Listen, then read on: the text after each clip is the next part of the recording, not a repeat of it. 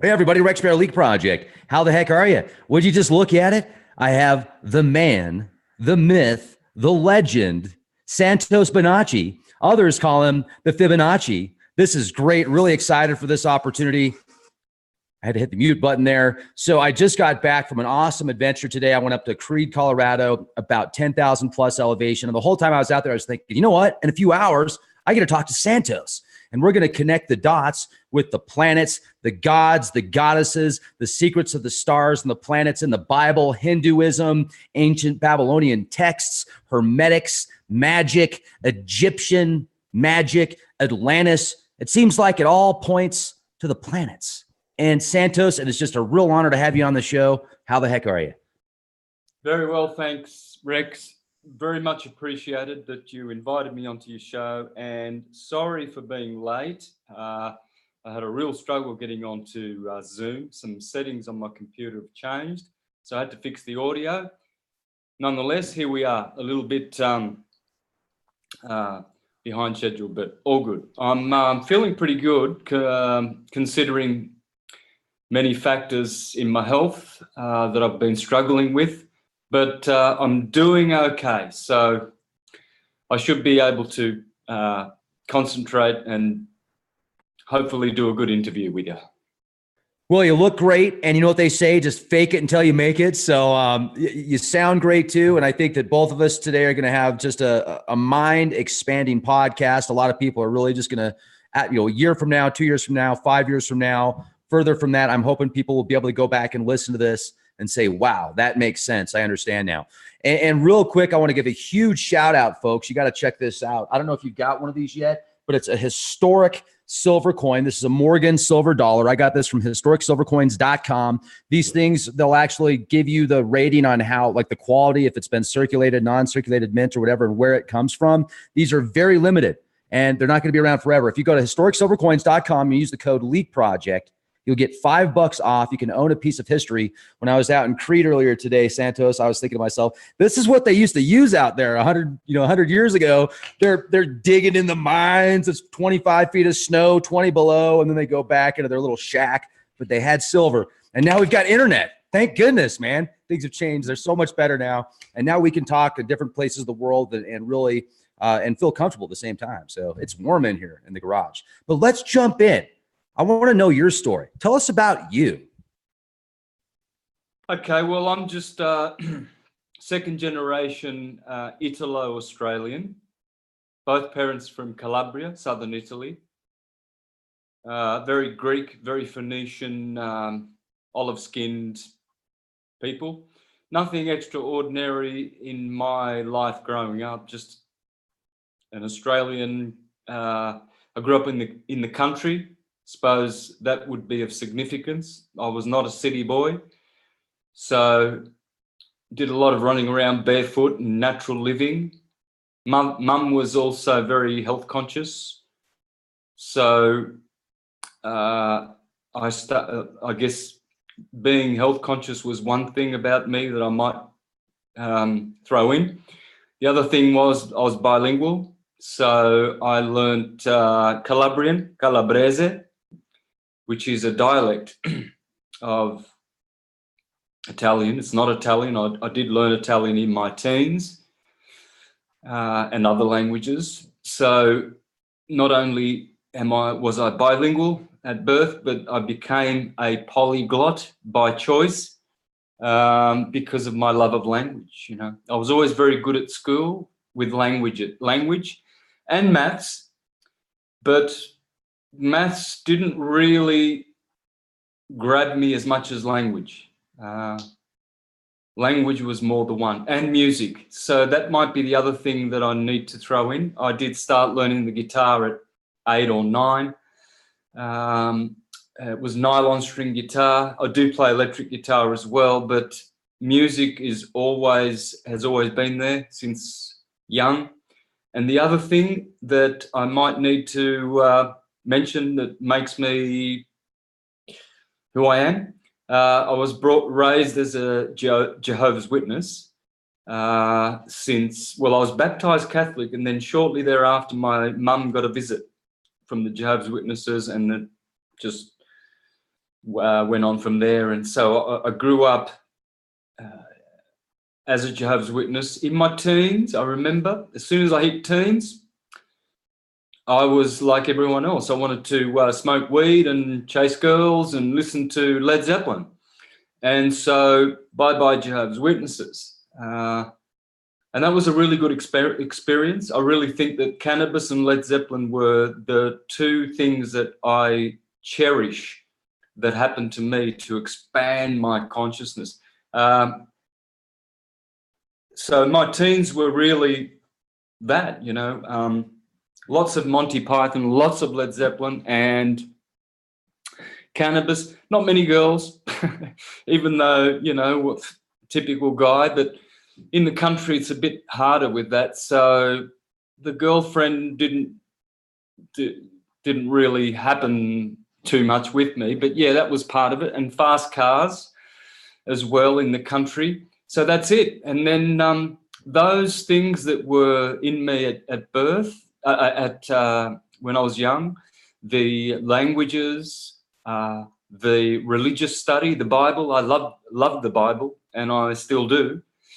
And so as a young boy, I was very into the Bible, very into the guitar, languages, astronomy. I had my mother buy me a telescope so I could work out all the stars as a young boy, and that has not changed. And that's what's brought me to syncretism, which I'll jump to 2007 or 2005. I stopped going to the Jehovah's Witness meetings because I did all my teens as a worldly boy, doing all the worldly things. And then I went back to the witnesses late in my teens. I was running a restaurant at 19, and that's when I started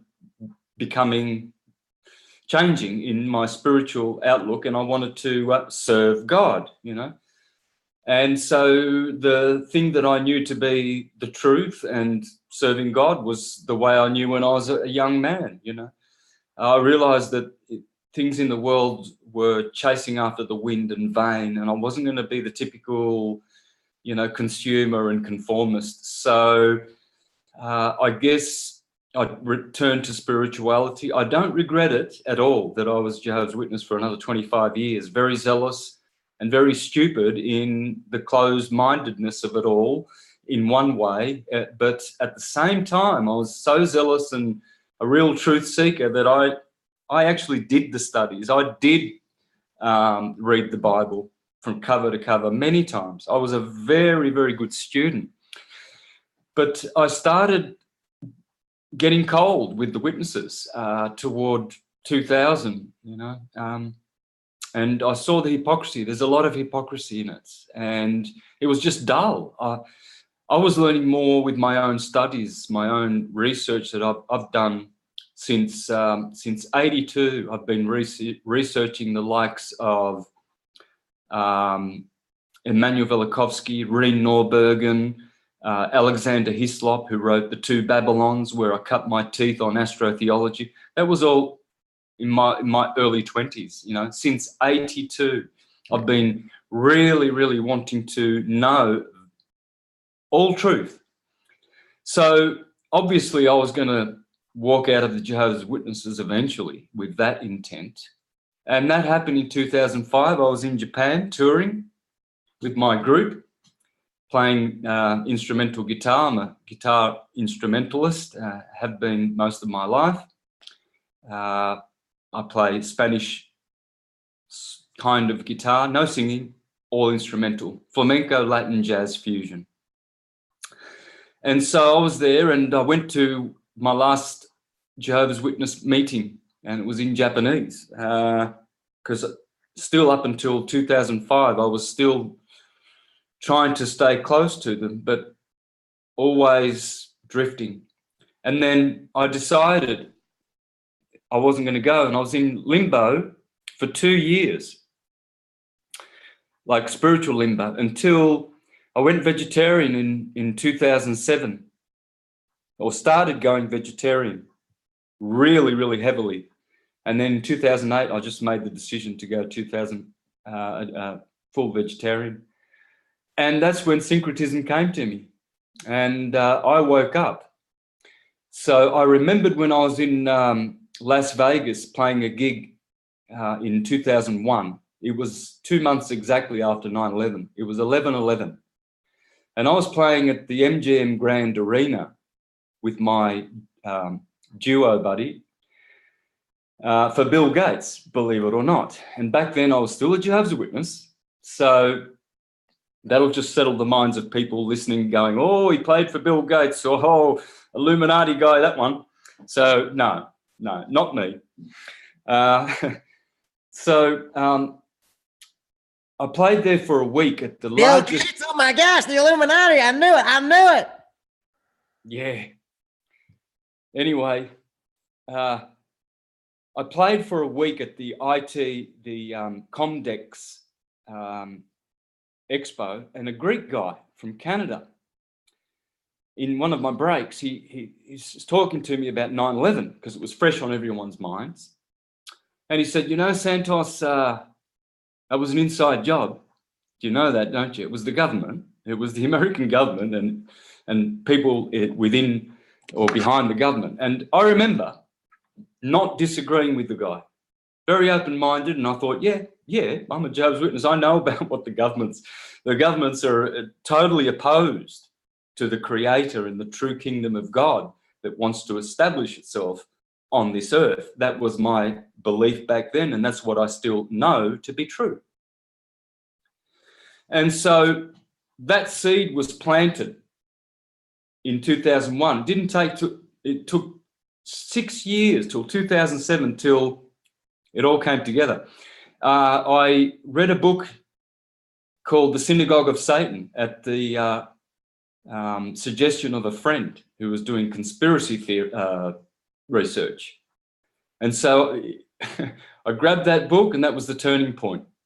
An English guy wrote that book, The Synagogue of Satan. Speaks about the Rothschilds and the Jesuit power that they have over the world financially, and the grip, and how their satanic, demonic, Marxist, Bolshevik rampage on the earth has absolutely enslaved mankind. And so from there, everything fell into place, Rex. The astrotheology came. It was like by divine spirit, you know, that I understood now all the things that I'd learned and how to put them together properly. It just came. And to this day, the syncretisms do not stop. So spiritually, my world is blissful. Physically, it's torture, because I now know that I'm an IT, a targeted individual, a TI, an IT. We were talking about the IT Expo. That was a great slip. TI, IT.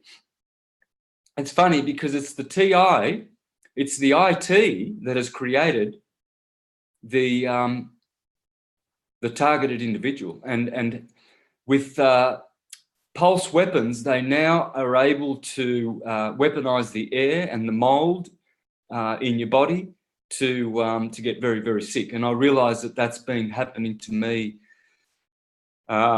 since 2007. It's been worse. And in the last years, it's been really, really hectic, brother. So I've been struggling with that on the physical side and winning. As you can see, I'm still here, got plenty of energy, and I'm winning against that Morgellons TI whole thing. So, but apart from that, spiritually, it has been a full-on downloading of syncretisms and understanding how everything works from the highest perspective. It's all about consciousness expansion and having a good perspective of things, you see. You know, the example of the forest. You see the trees, but you don't see the forest. You see the forest, but you don't see the trees.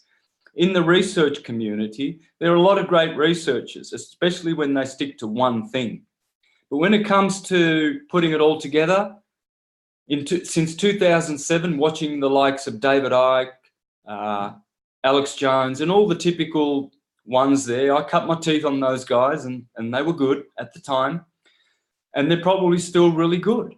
because they're doing a service to people who are partially awakened. But when I was doing all that research, Rex, I just thought, no, people don't have the linguistics to put it all together. I have the linguistics. People don't have the biblical grounding and the scriptural grounding. They haven't read books. I've read the books. People don't know their history. So you've got all these great researchers. We see clearly chunks of valuable perspective missing, totally missing. And so that inspired me to start wanting to do videos, and hence here I am now. But I was reluctant for a couple of years. The first video I published was in January of 2011. It was astrotheology. And for 2 years, knowing that all these great guys that I'm watching, all these great researchers are just missing chunks, I just worked towards it. And one of the things that that was causing me to hesitate was the fact that I'd just the year before lost a lot of weight. I was nice and plump and 63 kilos. Next thing you know, just dropped 10 kilos, 53 kilos. I think that's around about 125 pounds or something like that. Anyway, that was awful because I was starting to look very skinny in the face, and I don't like that. I probably have a bit of vanity, and I want to look the best that I can possibly look, and healthy, especially when I'm touting the vegetarian lifestyle and the philosophical lifestyle, the lifestyle of yoga and meditation and being on the path of truth seeking and not looking good. So that caused me to delay for a while, but probably it was a good thing because I crossed my T's and dotted all my I's, got everything all worked out, and then started making videos. So there you go. That's from my youth till now. And yeah, so I mean, really, you've had quite the journey. You've gone through several religious paradigms, and now you're at a level of, I mean, it sounds to me like you've connected a lot of these ancient religions and scriptures. We talked for just a few minutes off the air before we got started, and I just gave you my quick rundown on the theory about Satan possibly being Saturn that's talked about in Christianity reference, and Lucifer being Venus and Ishtar. And let's just jump into that. And I really appreciate you talking to us and giving us that personal information about your life to where you are now. Definitely keep up maybe sleep under a pyramid in a Faraday cage and, go out there at about 15,000 feet elevation where they don't have any 5G towers, but then they'll have the satellites. No, this is what you do, man. You just say, you go like this. You walk outside when they're spraying those nanoparticulates and breathe it in. You go, you smell that? That's smart dust. What you gonna do now? Anyway, man, it's terrible. It's terrible. I know a lot of people that have talked about this TI experience, and clearly I've seen enough patents and I know enough about technologies to where it's scary to think about the possibilities. It really is. So may the force be with you.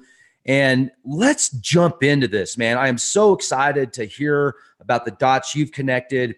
If we could start with the secrets of the Bible. Now, one of your most popular podcasts, and folks, if you haven't subscribed to Santos's YouTube channel yet, you definitely need to. I've got his link in the video description box.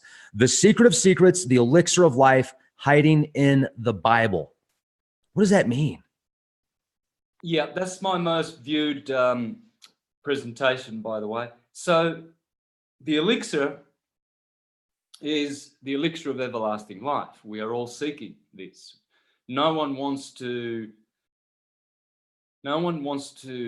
experience what they call death.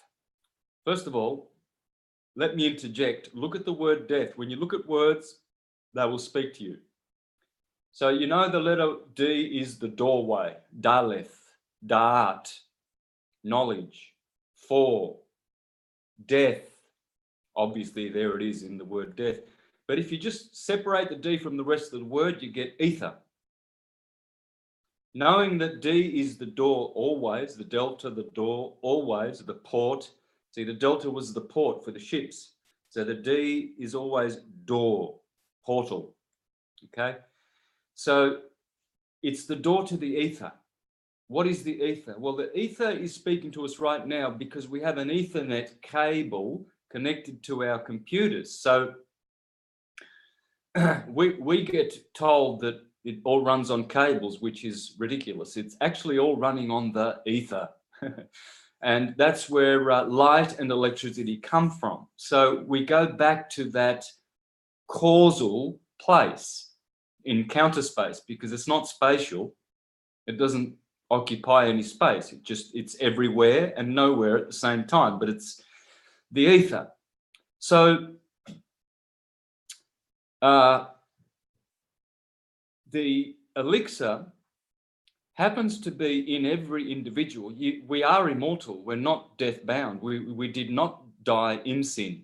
And how to stay living forever is, the secret is not to lose any of your Christic oils. Our bodies have 4 fluids in them, and they are all holy. They are the 4 rivers of the Garden of Eden. The Euphrates, the Hiddekel, the Gihon, and the Pishon. And they correspond to the blood, the nervous fluids, which are gaseous oils, the saliva, sal, salve, saliva, salvation, all the same words. And the urine, which some people believe to be only waste. Yes, it is partial waste, but it is also a self-healing medicine when used, urine therapy. So we have saliva, which is salvation, because you mix your saliva with your digestion, hence the whole saliva in the body is very, very crucial holy fluid. Now, the cerebrospinal fluid is the spirit. Each of those fluids, they all represent the 4 elements, 4 parts of your constitution: spirit, soul, emotions, body, or spirit, mind, emotions, body, okay? So your cerebrospinal fluids, that's the Christ in you. It's called chrism. And that's the secret of everlasting life. I'll get back to that. Chrism, the Christic oils. You see, because it's a gaseous oil. It runs through all your nervous system. And it is the spirit in you. It's the Christ in you. The Jesus in you, the soul in you, is your blood. They are different. Spirit and soul are different, and yet they are one. So the blood, in the Bible it says, do not drink the blood of animals, because the soul is in the blood. I've been quoting that for decades, ever since I was a Jehovah's Witness, because of their stance on blood, which is well known. So I know those scriptures about the soul being in the blood. So the passions, the emotions. Okay, so the saliva is about the body, the salt, a pillar of salt. You are the salt of the earth. So it represents your sensual nature. Okay, and of course the urine is also dealing with the part of our nature, which is the etheric body, as well as the emotional body. Okay, so we have the mystical body, sorry, I should say. So we have the mystical element. But getting back to the chrism, they are so sacred that they are spoken of in gospel as being the source of salvation. There's a parable about the virgins, 5 foolish virgins, I think was the number, and 5 wise virgins. The wise virgins, you see, they used to go to the castle for the bridegroom to come out and to choose them, to marry them. But you see, the 5 foolish virgins, they didn't bring enough oil in their receptacles. In other words, they weren't really virgins.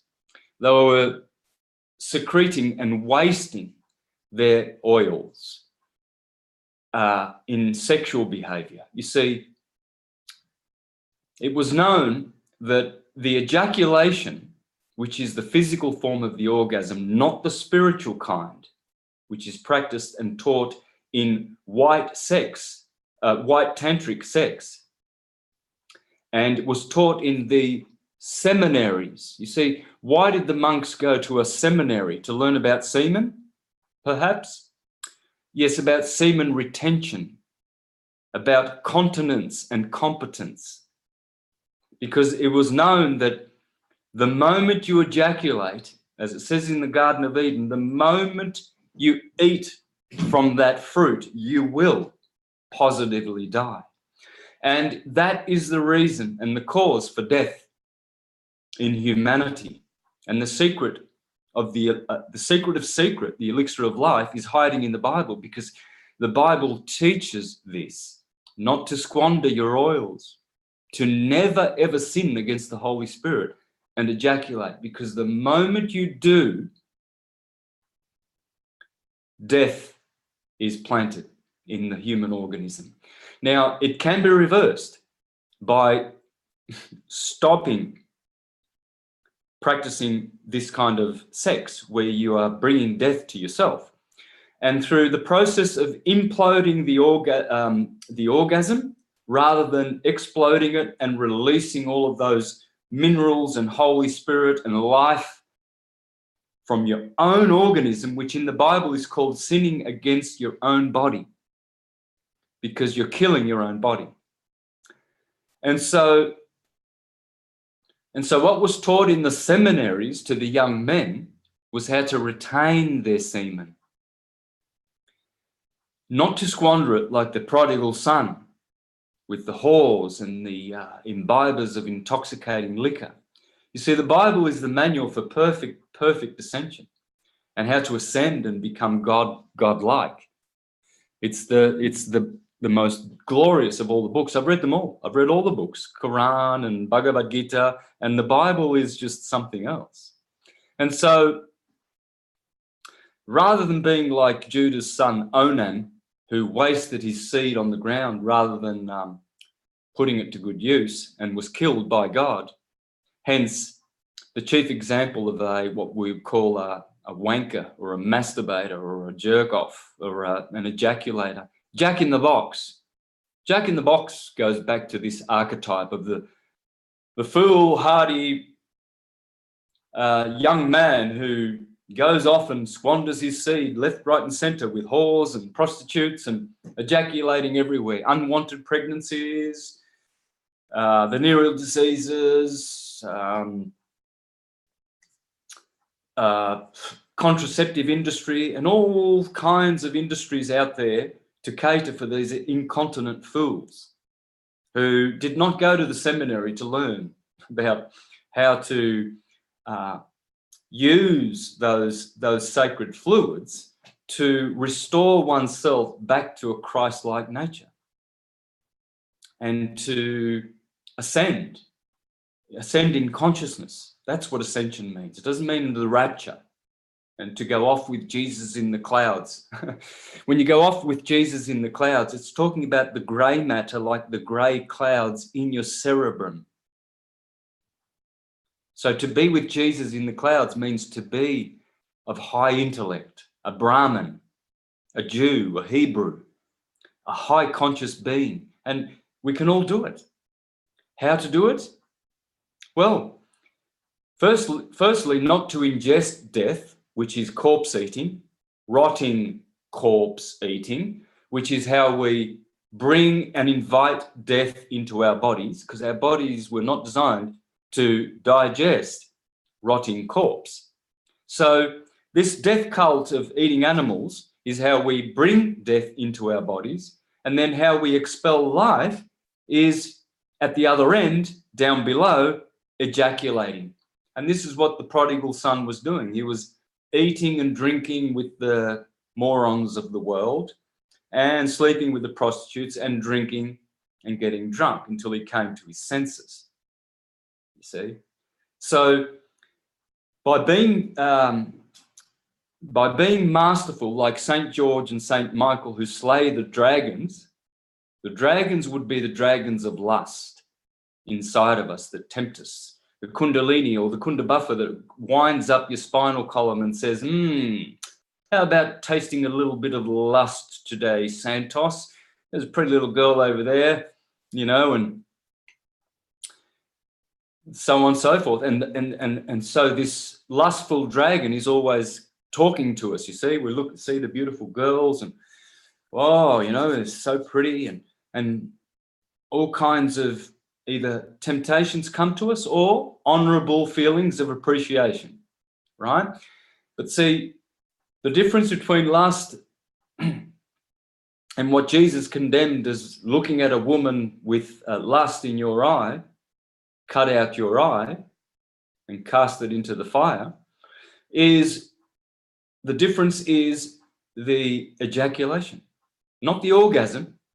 You can have as many orgasms as you like. You can have continuous orgasms as the gurus do, who don't even engage in sex. Nothing wrong with orgasms or sex or masturbation that children and young people generally find is their only way of experiencing sex, because as long as they're not ejaculating, they are developing and working out the gift of sexual energy that is natural. So at one stage in our history, two doctrines, satanic doctrines, were introduced: corpse eating and ejaculating. And I believe it was the Jesuits who did this. I believe that these so-called Protestant, true Protestant organizations before Martin Luther, like the Bogomils, the Huguenots, the Lollards, the Waldenses, the Socinians, the list goes on and on. They were practicing true Christianity, which was semen retention in their seminaries and vegetarian lifestyle. And then Rome started inquisitions against them, persecutions, and then the Jesuits started the false Protestant movement based on a historical Jesus, which is totally nonsensical, because there's no historical Jesus in the Gospels at all. And there's none actually in secular history as well, except for 4 very, very lame quotes by secular historians such as Josephus, Flavius Josephus, good old Roman trader there from the Piso family, talking about Jesus, Tacitus, Suetonius, and Pliny the Younger. And they don't even mention anything like structure a proper sentence where he did anything with a verb, like Jesus said or Jesus did. It's just like the Christians or Christus or something like that. And so the Protestant Christians, as well as the Catholics who invented the whole historical Jesus lie,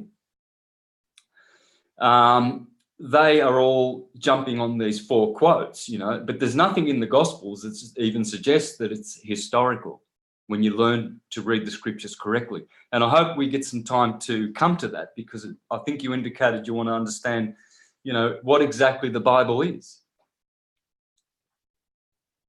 which I would love to address. It's quite easy to explain what the Bible is when you have the key to understand it, and when you know your hermeneutics and exegesis. Now, interesting, isn't it, that Christians use the word hermeneutics. You heard that, didn't you? Hermes, Mercury, Buddha, Hermes, Thoth, all of those archetypes. Now, they use that word to interpret their scripture. That's the science of correct interpretation of scripture, hermeneutics. So you're going to get some hermeneutics today and some exegesis correctly. How would you like that? Yeah, that sounds great. And also, When you're talking about this, we get into the astrotheological aspect, and you brought up the Bible, and you feel the Bible is one of the best, or you, as you said, the Bible is the best book in your eyes to understanding. It seems very cryptic, and I have read the Bible from cover to cover. I've read the New Testament and many books in the New Testament multiple times, especially Revelation. And where I'm at right now is it seems to me like the story is combining history, combining like ancient Sumerian and Babylonian cuneiform tablets and mythos, and even before that, the Erotta civilization. So it's taken a bunch of old stories and Eastern scriptures and beliefs, as well as some of the Egyptian stuff, compiled it all together. But it's like a multi-layer of history, politics, control, astrotheology, and then in the New Testament especially, it seems to be talking a lot about the Jesus. I wonder if Jesus is the sun of the solar system, and if like the sun that we look at every day, and then Satan being the adversary, being Saturn, and then get into the electric universe hypothesis and all the battles in the heavens that our ancestors saw. It seems to me like the New Testament is putting that together. That's what I've gathered so far. I can't wait to hear your take on this. And ladies and gentlemen, Santos will be right back. He had to go get some more coffee. And how the heck is everybody? I like that painting that is there right now. And also, I would like to say, I was thinking earlier when I was reading through some of the Sumerian texts, how it describes these battles and these dragons and such. I'm wondering if those dragons that it describes could be like asteroids or comets. I was looking at one story that was possibly nuclear related, but now I think it was a comet or an asteroid. Anyway, he's back, ladies and gentlemen, the legend. Yes, I want to know what the Bible is. Absolutely. Yep. And excuse me for itching. You probably noticed I'm itching. This is a very, very mild example of the itch I go through. Normally, I don't itch during the day. It's always at night, and it's hectic. It's an insidious, intelligent AI itch, which has got a mind of its own, guys. Whatever technology they're using to siliconize us, or I had to cut my hair. That's why I've got this, and I'm cold today. But I cut my hair off because it was just getting like plastic, so artificial. So I don't know what's going on, guys, but what they're doing is pretty real with their Internet of Things that's coming up. So there you go. But I'm just excusing myself because I noticed some, it's still lingering from last night. Anyway, so the Bible is a many-layered book. It is the Word of God because it speaks of the subject of God, which is magnetism, electricity being the son of God. This is something that most people probably laugh at, fall off the chair because, I didn't learn this in church. No, you didn't, because the pastors who should be speaking about the asters and the ministers, the moon stars, are not speaking about them, are they? No, they're not, because they know, in fact, that on one level, the Bible is speaking about the natural fertility of nature as God and gods. And so in the Bible, you'll hear it referring to God through the sun and through the moon and through the celestial beings. And yet churchgoers are not seeing it because they're not understanding the true origin of the Bible. So we'll get to that. But in order to qualify as a sacred book, sacred scriptures were written with a minimum of 7 levels of exegesis or hermeneutics, interpretation, not 1 level. Now, churchgoers know this. They'll deny it, but they know this because including the Jehovah's Witnesses who will read a scripture in Revelation and they'll say, oh, yeah, that's symbolical. Jesus was speaking symbolically there, but over here it's literal. Okay, so they know about literal and metaphorical and hyperbolical, and they know all about that. Okay, but it's all based on literal. For them, it's like a child would see Santa Claus. It has to be literal. It has to be a lie first. and the child sees Santa Claus coming down the chimney. It's none of it's real, but it's true because it's a true story. Because it must relate to something, that a process that is truly going on in nature. That's what nursery rhymes are.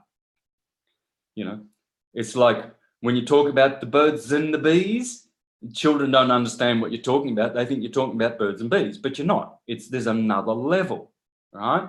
Now, the sacred scripture is embedded or encoded with these levels, and one will be astronomical, astrological.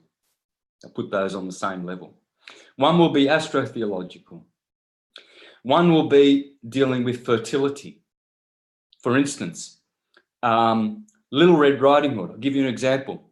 I can give you 2 levels of Little Red Riding Hood instantly, and you'll see that there are clearly two levels. Little Red Riding Hood, when it comes to the cosmos, is the sun. Because when the sun sets, it turns red, and it's Little Red Riding Hood. It gets nice and small, turns red, and guess what's there on the western horizon? No matter where you are on the earth, sunset always represents the scales of Libra, as opposite sunrise always represents the energy of Aries, the first sign. So a deacon of Libra is the wolf. The ancients always knew this, the wolf, Lupus, deacon of Libra. So that the scales of Libra always judge the sun when it sets, and it goes down, sunset in the west, bang. It goes through Virgo, the virgin, Delilah, who betrays the sun, or Samson. Virgo's always there at sunset. When your sun turns red, it's always in the virgin. Not that the constellation's always there. It's just that the energy of that's how the zodiac works, okay? So when the sun then disappears, it was known that Little Red Riding Hood was swallowed by the wolf, who all the better to see you with as you get closer, Little Red Riding Hood. Then the hunter comes along, kills the wolf, and out comes Little Red Riding Hood to go through the forest and seize another day. Well, that's Orion on the opposite side of Libra. Orion, the hunter, he's always there near Aries, in Taurus, right there near Aries, and he's ready to slay all the demons of the night and usher in the day. Now, Little Red Riding Hood, when you take it sexually and fertility, well, Little Red Riding Hood is nothing other than the female genitalia, the clitoris. And the wolf, that's the wolf of lust. The forest is the forest of passion. The mother who is wise says, Little Red Riding Hood, don't go into the forest. Don't go into your passions, because there's a wolf there and he will eat you. Now, eating is in reference to sex. Cunnilingus. See, the female genitalia is, in Latin, is cunus. C-U-N-U-S. C-U-N? Kun. Comes from cunus. But wolf is canis. C-A-N-I-S. And there's oral sex is cunnilingus. You see? So the insiders know how they've encoded all of these, even nursery rhymes. That's only 2 layers of one nursery rhyme. I could give you the other layers, but they're not so obvious, and I want to concentrate on the Bible, not nursery rhymes, which are pretty much the same thing. They are mythologies which contain more truth than any book. As Jesus said, to write down all the deeds that he did would take many, many volumes. We can only note a few things in these Gospels. So clearly, if the Bible is a gospel, it's not a history. When you read a gospel, you're not reading a historical document. It hasn't got any species in it. It hasn't got any real facts that haven't been doctored and posthumously inserted as they have done. But the point is, it's a mythology which carries more truth than any freaking real structured sentence of truth, you know. So in the Bible, you'll see all the fertility in there. You'll see clearly that God is a God of fertility, you know. Abraham, I'll bless your seed, you know, the children of Israel, become many and conquer, fill the earth. Yeah, it's all about fertility, okay? And in the Old Testament, it was bad for a woman to be a widow. You know? In the New Testament, it's good because you're going to serve the Lord, so don't have many children. You see, it's all about fertility. And the ancients knew that when you look in the sky, that the sun and the moon, they were placed there, or rather they were put in, created or constructed to be there to serve us, and therefore God-like, you see, and angelic-like. In fact, the Jews called the sun the archangel Michael. Now, are they confused?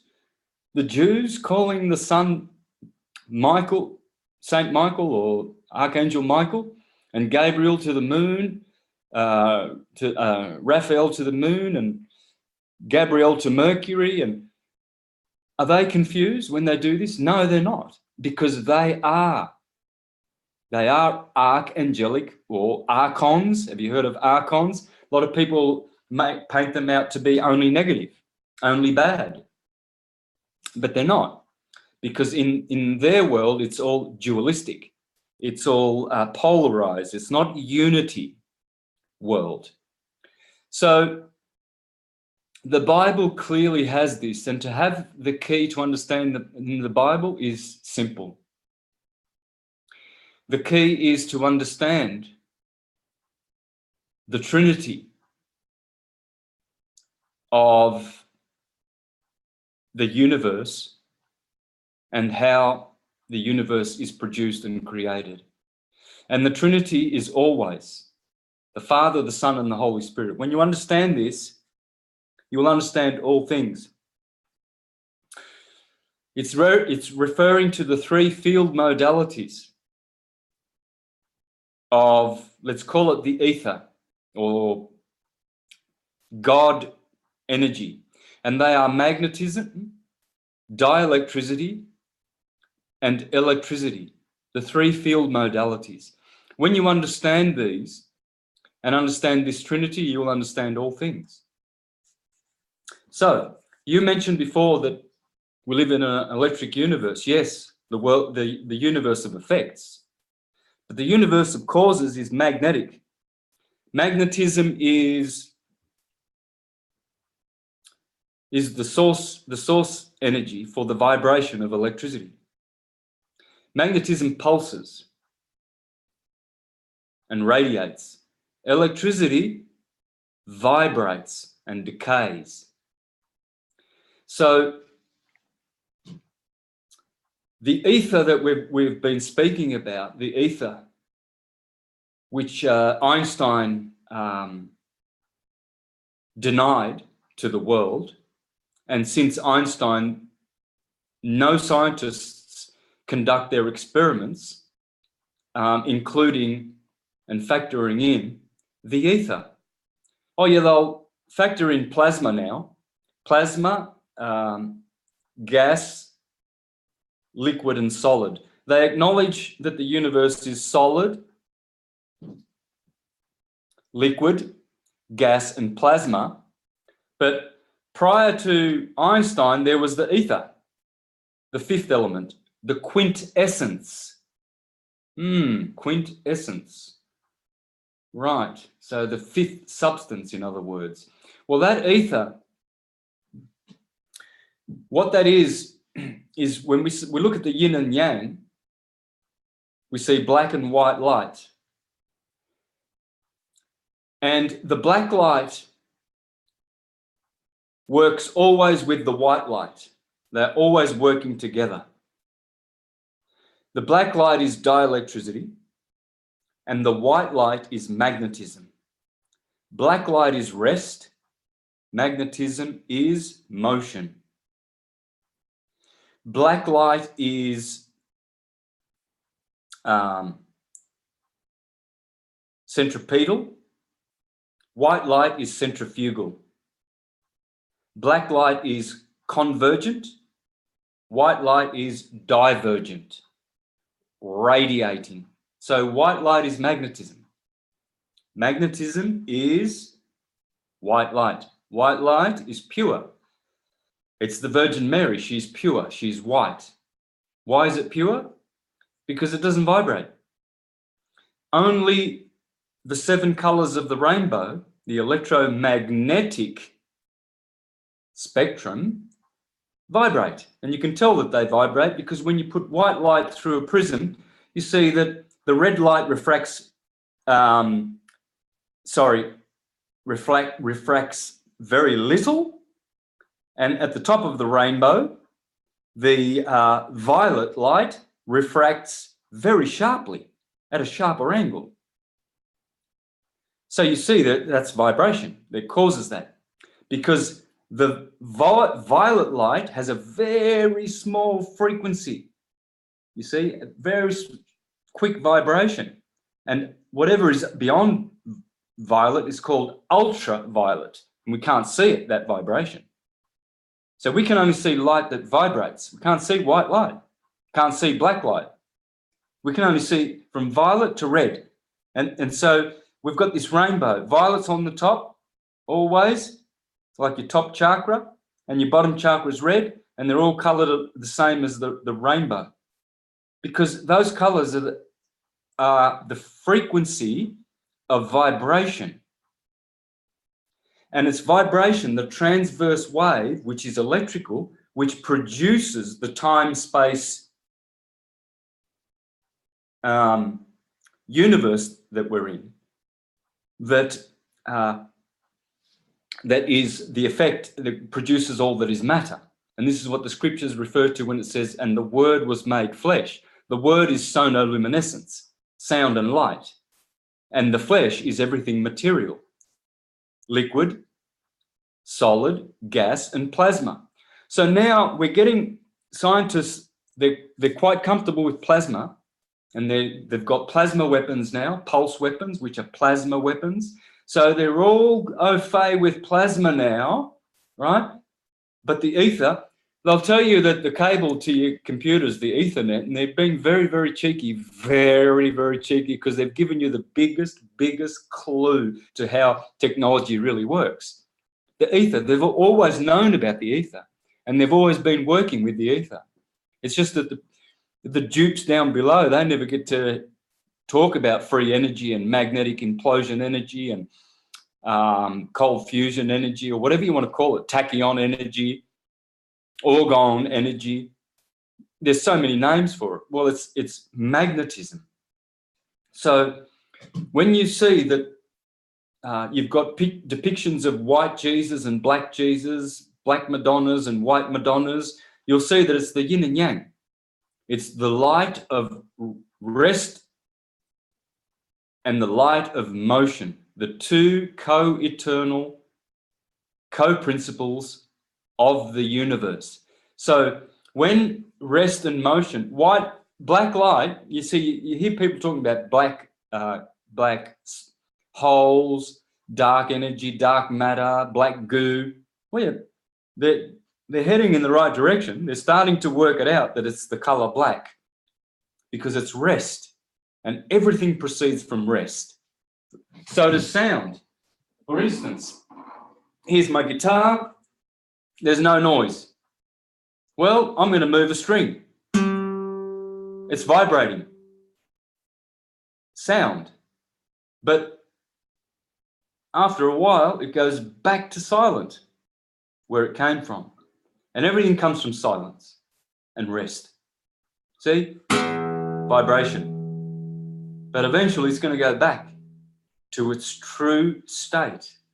This is a departure. And that's how the universe is created. We are all in counter space originally. We are spirit souls from counter space in a transcendent realm. Pretty much like a computer, right? When your computer's off, all the files in the computer, they're just sitting there, sleeping.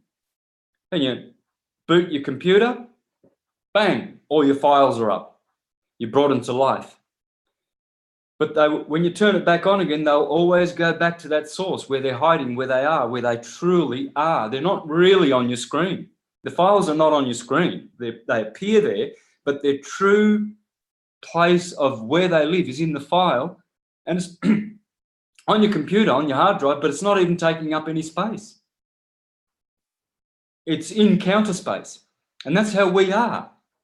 We're here. You're looking at me making all this noise and doing, and you're going, wow, well, there's someone there. He's there in that locality, in that topos. But really, where I really am is in counter space. This is a projection, just like all the things you see on your computer screen. So the example of the guitar string, all-knowing God and all-creating prime creator God is in rest, as the scriptures tell you, that one day we shall inherit God's rest, the rest of God. You know, this is all labor here. We are chasing after the wind. It's a noisy universe. Our minds are noisy. Our emotions are in turmoil.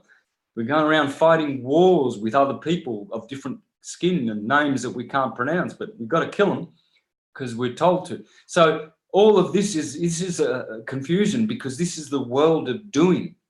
The world of being is where we really come from, where we really are.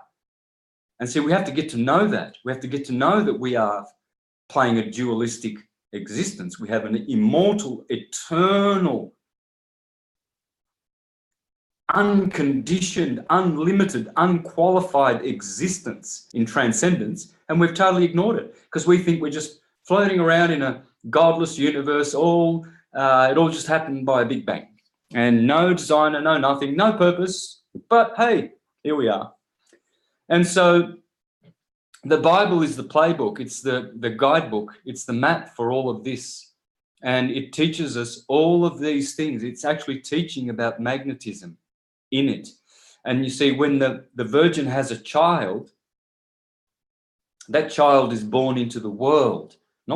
She's born into the world. Well, that's electricity. Because let me now finish explaining what the key to understanding the Bible is by showing how it can only be the trinity of dielectricity, black light, magnetism, white light, and their child, as Osiris and Isis had a child, Horus, which is the same as Joseph and Mary and Jesus.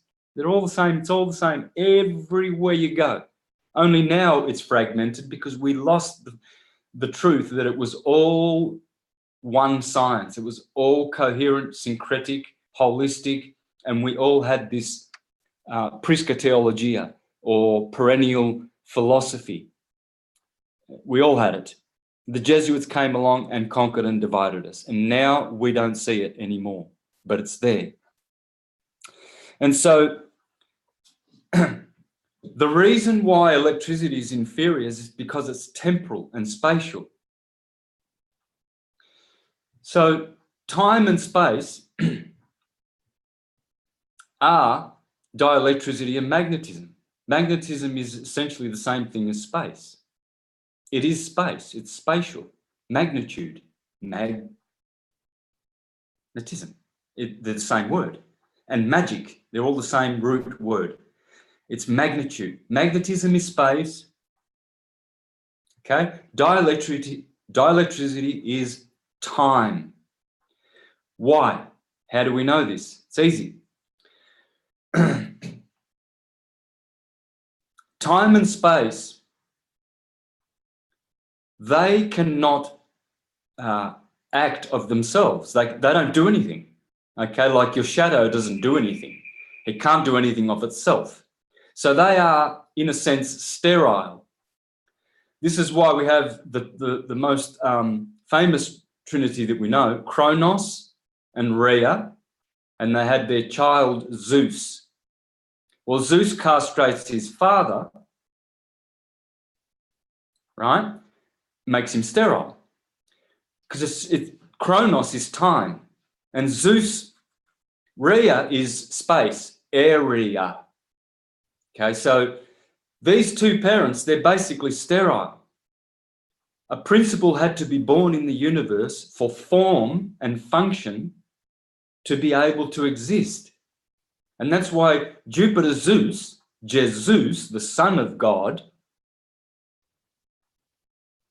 and of Mary, of course, the mother of God, electricity, came into the world to save us, because it's telling us that electricity is the energy that makes this reality real. And Zeus, Jupiter Zeus, Jesus, is the King of Kings and God of gods and Savior, because everything begins with Jupiter. As the philosophers always said, the universe begins with Jupiter. Jupiter is the God of gods. He is on top. He castrated his father and his mother. Well, you know, in the Gospels, Jesus didn't really spend a lot of time with Mary. He wasn't to get out of my way, woman. You know, I'm here to do a ministry, because it's teaching you that time and space are nothing without form and function, matter, and the God of matter, which is the demiurge, El. You see, that's why Jupiter always gets the best. In astrology, he's the greater benefic. Saturn, his daddy, is the greater malefic, right? But also in the scriptures, Jesus and Satan, Horus and Set, good and evil. It's always the same thing. At the start of the show, you mentioned, or before we got on the show, about Venus being Lucifer and what was the other one? Saturn being Satan. Yeah, that's how it works. In fact, they all are, all seven. You have to get to know all seven. They are clearly in the Bible. In Revelation, they are 7 churches, congregations in Asia, or the 7 seals of Revelation. It's all in the Bible, the 7 chakras and the 7 planets and the 7 musical notes. It's always the same things, guys. That's why you can know for a certainty that the Trinity is dielectricity, magnetism, and electricity. And the electromagnetic spectrum is where creation is produced, and it is Lucifer, the carrier of light. Satan is the black light above ultraviolet and below infrared. This is Lucifer, because when Lucifer, the sun, and Venus illuminate the day, we learn via the light of the day. At night, you can't see all the objects unless you've got a candle. Therefore, you have to see with this eye and hear with these ears, where you put your rings, your Saturnian rings, because Saturn rules the hearing, the sun rules the eyesight. So you see, Horus, the sun, is seeing during the day, and that's Lucifer.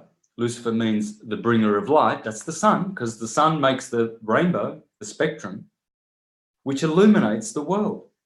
And here's how it's done. So during the day, Lucifer teaches us through our 2 material eyes, duality. But at night, Satan, who is superior because he teaches us with 1 eye. We can't use 2 eyes to see color at night and everything. We have to see, I see. And you have to see by, moving around, and because you can't use the duality process of Lucifer during the day. This is why some hate Lucifer, because he's the deceiver of duality and your physical eyes. What you see is not really there, but you think it is. Therefore, Lucifer is a deceiver, because he makes you think this is real solid, and it's not. That's why Lucifer, but then Satan at night, and every day, it's day and night, black and white, yin yang, Satan, Jesus, Satan, Lucifer, Satan, Lucifer. That's all it is. You see, but at night, Satan teaches you that this is not solid, because you're starting to see this with your eye. So who is the evil one? The dark lord of the night, who teaches you introspectively, or Lucifer, who brings the light of day and teaches you exospectively, where you are deceived into thinking that what you see is real and solid, where it is not. It is temporal and fleeting. So I'll just finish with this real quick. Magnetism is a pulse. like your heart. Dum, dum, dum, dum. It pulsates. Just think of a pond. You throw a stone in the middle of the pond and you've got a pulse. And the waves ripple outwardly. And as they ripple outwardly, another thing happens. They grow. They expand and grow. So the circles get bigger and bigger and bigger. That's magnetism. That's radiation. It's not vibration. Okay? It's frequency via radiation. It's not frequency via vibration. Vibration comes as those waves ripple outwardly and expand always. That's why the pulse energy is superior to electrical energy. Magnetism is way, way superior. Magnetism is divine. Electricity is mundane. Magnetism is spiritual. Electricity is pure earthy energy. So,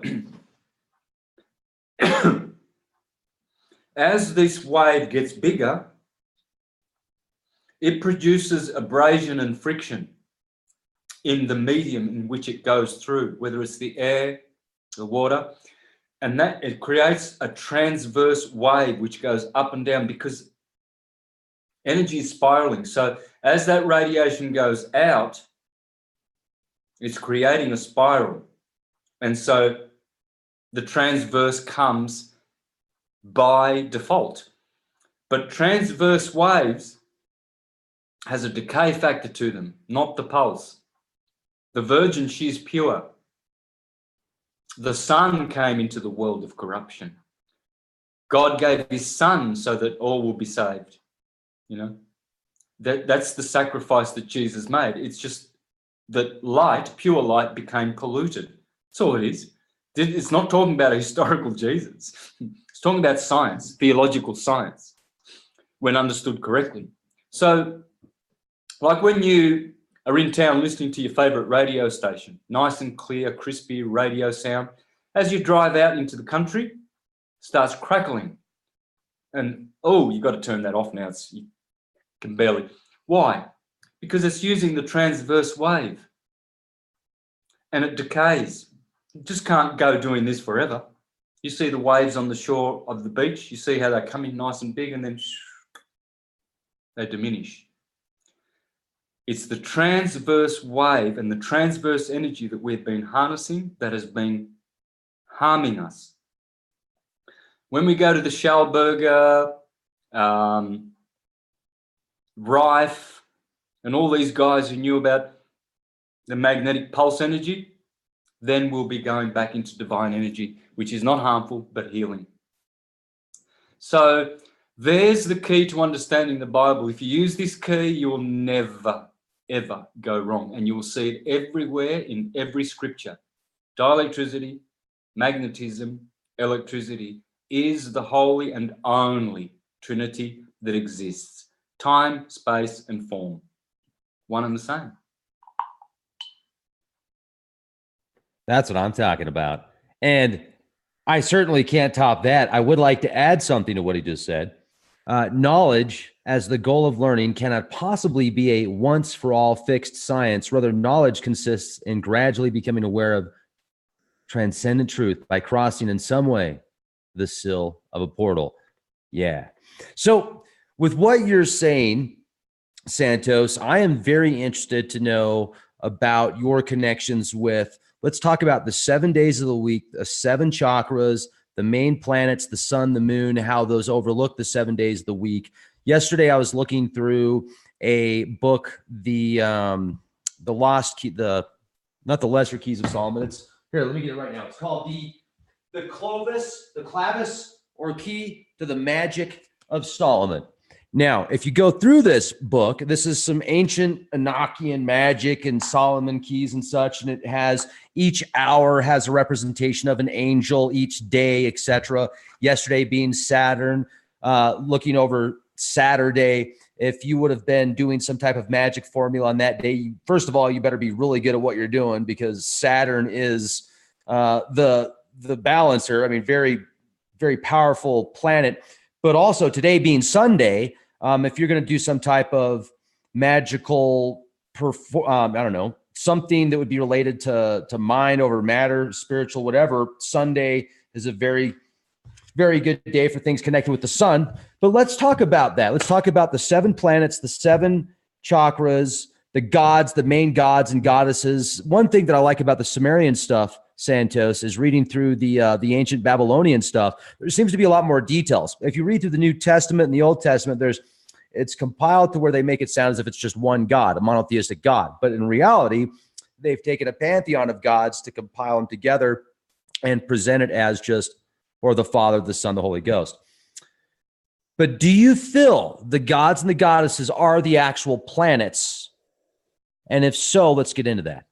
Absolutely, absolutely. The Old Testament, just think this and know this. Think Saturn, Kronos, and the Jews are very Saturnian. So the Old Testament is all about Saturn, time, the timekeeper. Look at the book Chronicles. That's Kronos. Okay? He's the lawmaker, hence Leviticus, the priest class. Then you come to the Christian Greek scriptures. Think about that. And you've got now, who do the Greeks love the most? Who stands on Mount Olympus? Zeus, the Olympic Games. It's Jesus.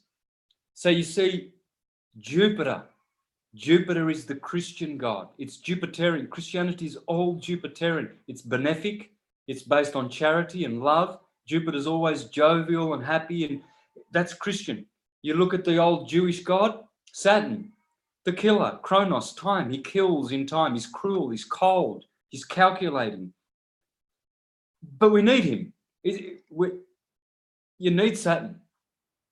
This is the thing. We need this time factor, this concept of time. That's all it is. And so we're seeing how time is cruel.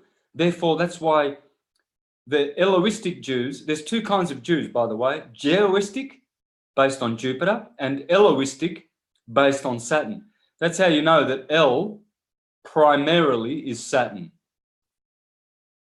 But it also applies to all the 7 because they are the Elohim. In the book of Genesis, it speaks about 2 creations.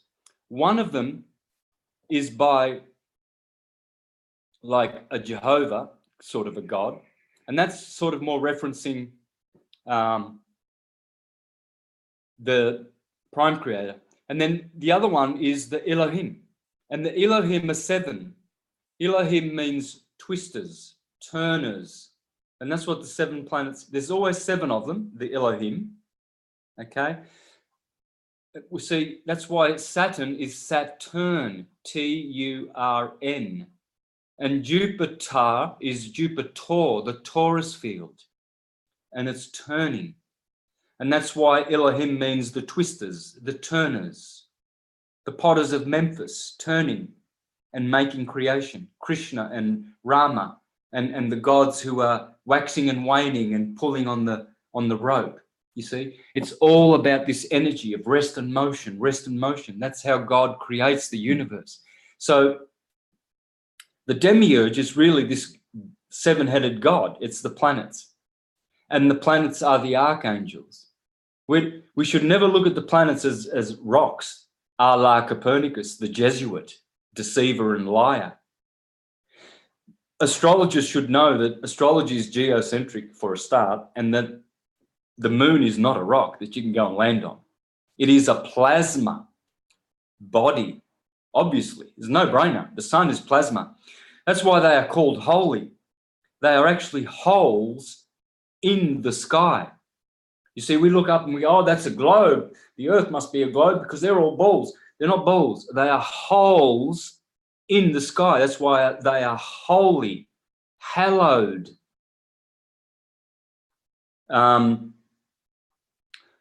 Hollow. You look at guys like Eric Dollard speaking about the sun. He's a great scientist. He tells you the sun's hollow. Well, hollow is holy, hallowed. It is whole. It is hollow. It's not a ball of substance. It's a portal. It's a gate. That's why God is the word for gate. In German, Gotte, Gate. Babylon means the gate of the gods. So the Freemasonic G, that's God. The gate, the portal. The portal, how you got here, is through the Son. That's why we have to become Christian, which means helionostic, know the Son of God. And Jesus said, only through me do you go to the Father. Yes, of course, because we have to go through the Son. It's a portal. It's a wormhole, holy hole. Why are they talking about, we've got to go into a wormhole? Well, that's the wormhole right there, the Sun. It's staring right at you, holy, haloed. It's got a halo. Oh, you know, none of these words ring a bell with some people somehow. But look at the words. You see, Jesus is holy. That means Jupiter is a hole in the sky. It's not a planet you can go and land on. It's a portal. Pierluigi Ghina, a famous Italian scientist who died in 2004, he worked with Marconi for 10 years. And he's made machines in his laboratory that can prove that Einstein and all of these Copernicans are wrong, and that the Earth is, in fact, stationary. It does not move. And he said, the stars are holes in the sky. He says, me and Marconi and I studied the sun together for 10 years. Now, this is Guglielmo Marconi, the inventor of the radio, supposedly, probably stole it off Tesla. Doesn't matter. The fact is that he is acknowledged and recognized by the world. Marconi is a scientific god of the world, okay? So we can't knock him off his pedestal. Igina, lesser known, he's going around doing tests and inviting the mayor of his city, engineers, important people of his town. And he said, I showed the mayor of my town and many other people, many witnesses, the sun by night. The sun by night. You can go to YouTube and you can see Pierluigi Ghina speaking there for yourselves, folks. A scientist, a world-known, famous scientist in Italy, adored and loved. He's saying the Earth is stationary, and what you see, all those globes in the sky, they're holes. And the Greeks said that. The Greeks said that the stars are nailed to the firmament and are like holes in the sky. They are the wormholes. And so this is our limited perspective. We look up and see the sun and we say, oh, you know, it's a ball of fire, and we don't even meditate one moment and go within and to fathom what it really is, because the answer is within, not with the buffoon scientists out there who tell you what it is, and that the stars are trillions of light years away. They're just above your head. They're just up there in the sky, in the firmament, which the Bible speaks about. So, yes, the seven, each planet is responsible for refracting and differentiating the pure white light of the sun.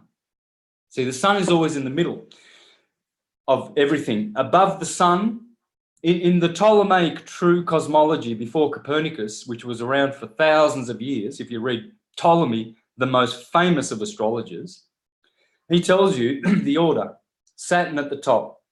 And this corresponds with the Jewish Kabbalistic model and the Mayan and everyone. Saturn's always on top. He is the first gate, God, portal, Elohim, El. Then Jupiter. He castrates his daddy because this is where everything begins. Remember, Saturn is rest. So he needs space. Time needs space to be able to then engender the third principle, which is that principle of Jupiter, God of gods. Here's number 2. Then Mars, the planet of action. Then the sun in the middle. And then below the sun, are the inferior planets, they're called, and that's Venus, Mercury, Moon. And they're always in that order because those are the order of their rotations. The Moon is the fastest, then Mercury, then Venus, then the Sun, then Mars, then Jupiter, then Saturn. Please, please never forget this order. When you know this order, many things will open up to you. These planets, these 7, they are all responsible for one of the colors of the rainbow. Saturn on top, violet. Jupiter, indigo.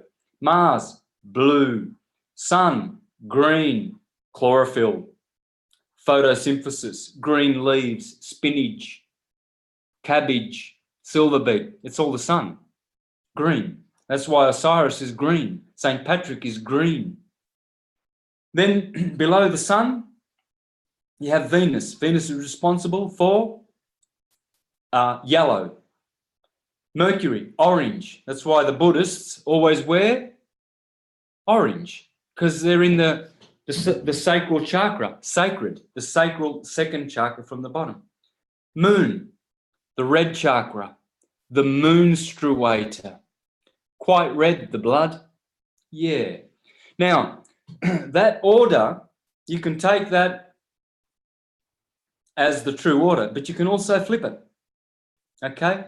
Satan, how many times do you see Satan in red? You see? So you always invert everything. Every order that you have been given, flip it over. Remember, the naughty boy, Alistair Crowley, he said, learn to read backwards, walk backwards, speak backwards. I've done this. When I was, as I said in the intro, I was probably the biggest fan of Led Zeppelin still today that ever existed. I know that Jimmy Page, I used to go to the city when I was a young teenager to go and get Alistair Crowley books and Zeppelin bootlegs and everything like that. So I'm very familiar. And I started then, not practicing it because I was lazy, but thinking about this backwards thing, you see. And now that I'm into the words and a linguist, a proper linguist, you've got to unscramble the letters like you Scrabble, yeah? You have to do this. If you don't, words will not speak to you. The universe is made by words, say the Jews. Pythagoras said number, but it's both numbers and words, okay? That's why I was saying before that Saturn is time because it pulsates. Saturn is the timekeeper, you see? So, and then magnetism creates the wave and the wave makes space. So it's all about time and space, folks. But time and space are nothing. They don't exist. They're not things that you can reify. You can't reify Santa Claus. He'll never be real. So he cannot be reified. He's not real. But he's true because we all agree to acknowledge the story of Santa Claus as embedding some kind of a truth. Maybe personal for you, you might interpret it your way. It doesn't matter. That's what you call subjective truth or your truth. Okay, that's just subjective because there is truth, universal, and there is your truth as well, which is opinion based on your sense, your experience, etc. It's subjective. Okay, so you cannot reify space. Space is never going to do anything. Time's never going to do anything. It can't do anything. It's sterile. But Jupiter can. Jesus, Jupiter, Zeus, the savior, because he's of the God of action and doing and creating, you see. So it's very important to know that religion is science. If you never come to know that, you'll always be deluded. You'll always be seduced by these pedophile priests that stand on the corner and say, come and read our books, come into our church, because we have the truth. They don't, the Mormons, the Catholics, the Pentecostals, the Protestants, just we, the Seventh-day Adventists, and they're all full of it. They're all clueless. Yeah, boy, I'm doing long spiels today, You're man. rolling, man. You're rolling. I'm like just letting you go. I'm just like, okay. I mean, that's the best way to do it because you're in the zone. So instead of me jumping in and doing these pattern interrupts, I'm just letting you flow with it. This is great. So now I'm listening to what you're saying, and I was writing some notes too, because like, okay, you talked about Saturn, Jupiter, Mars, Sun, Venus, Mercury, Moon being the different cycles and the different speeds. And then you started talking about the colors. Now, you brought up Crowley, and I actually read his, I think what he called his magnum opus 4, which was a compilation of 4 books. And one of those was where he did like this automatic writing, and it started off really kind of happy. And then it got more aggressive. And towards the end of the reading, he's talking about plucking eyeballs out of gods. And I mean, it was pretty hardcore. You know what I'm talking about, right? Yep. It's because the entities he's channeling are neither good nor evil. I mean, they can be good one day and evil another day. It's like in the Bible, clearly in the Old Testament, it says, I am Jehovah, I am the God of good, and I am the God of evil. I tell the truth and I tell the lie. The lie is born with me, and the truth is born with me. It's a God of duality. It's very Saturnian, very satanic. Whereas the Christian Greek scriptures, see, in the Old Testament, oh yeah, Jews, go on down to the land of Canaan, and you kill those pregnant women and dash their babies against the tree, against the crag, and kill the Perizzites and the Jebusites and the Gibeonites and the Amorites and all the rights that don't deserve to live. You just kill them and you take over their land and plunder them. And then all of a sudden you've got the New Testament, love your enemies. Sort out your legal matters before you go to court with your brother in private. Take a witness with you. Love your mother. Respect your parents. And all of a sudden it's because it's a Bible. It's not a uni-bull, it's bi. B is 2, the second letter. It's a Bible. A bull is what? Well, it turns out a bull is Baal. And it's the hyperbola inside of the torus field. Most people, when they talk about magnetism and energy, it's all the torus field, the torus field, the torus field. But what about the hourglass in the middle, which is called the hyperbola, which gives us the word to speak in hyperbole? That bowl, remove the hyper, get rid of the hyper, and just have bola, B-O-L-A. Please meditate on that word, everybody, because that is Chronos, that is God, that is time, that is Baal, that is Bel, that is all of the bar, all of those words. When it is the Lord, you see, it is the Lord, because it is the Lord of form. So if you don't know that the hyperbola is God, the hourglass, which is time, what is an hourglass? It's a timekeeper. Yeah, well, it's right there hiding in the torus field. It's the inverse of the torus field. And most people don't even mention it. And yet there it is, Baal, hiding right there inside every atom, the hyperbola. And so what was the question? Because I got off Baal. What was that? So the planets, and we talked about the planets being the gods, original gods and goddesses. You've connected Saturn, Jupiter. Now, I always thought Jesus was like the sun, like they were looking at in the solar system, but you're saying Jesus is actually a representation of Jupiter.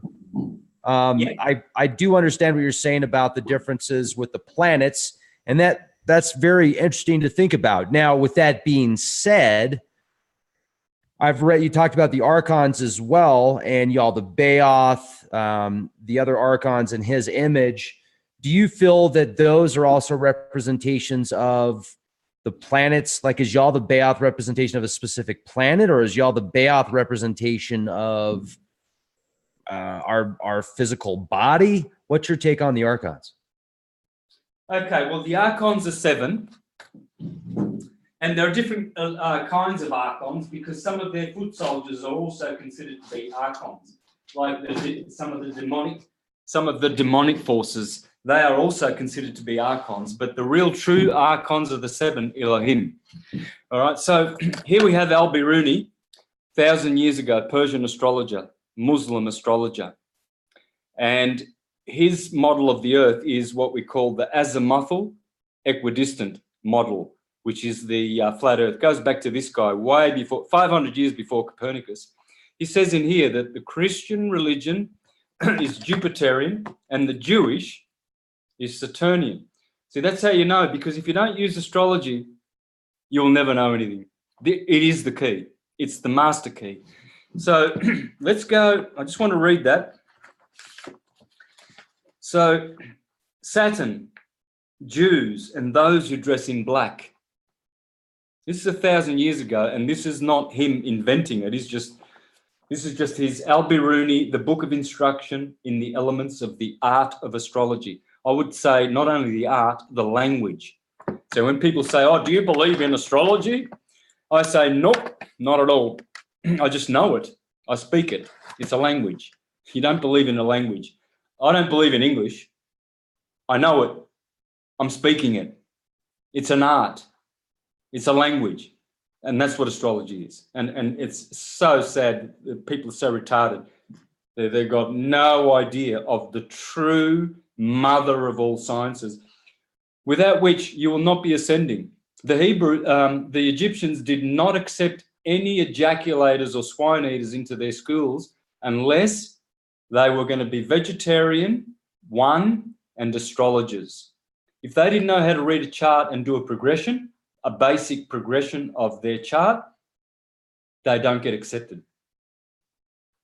Astrology is that important. I said, astrology is the science of God, the science of light. It's because astrology means the science of light, or the word of light, the teachings of light. And the Bible tells you clearly, God is light. So let me just keep going there with that. Saturn, Jews and those who dress in black, an old man seated on a wolf. Oh no, that's the image. Jupiter, Christians, and those who dressed in white. You see what's going on, folks? Saturn will always be black. The Jews, always black. Christianity is Jupiterian and white. But you are right. You said before that I thought that it was helionostic. It was the sun. It is the sun. It's always the sun. If you can't see Jesus in Saturn, the sun, Mars, the moon, Venus, Mercury, and Jupiter, you're not looking. You are not looking. When Jesus is the sun, he is the illuminator of the world. I am the light of the world. When Jesus is playing the role of Jupiter, he is the benefactor of the world, the savior, because Jupiter is always the benefactor. When he is playing the role of Saturn, he is the teacher, the instruction, the disciplined one, the judge. When he is Mars, he is the hero, because Mars in Celtic, Proto-Celtic, is Jesus. Jesus is Jesus, folks. The Celtic people used to acknowledge Mars as Jesus because they knew that it was all Jesus. When Jesus is the church, it's the moon. Moon means church, the church of Jesus. So Jesus is all of them. When Jesus is the illuminator, it's Venus. When Jesus is the preacher of the gospel, it's Mercury, because he's the communicator.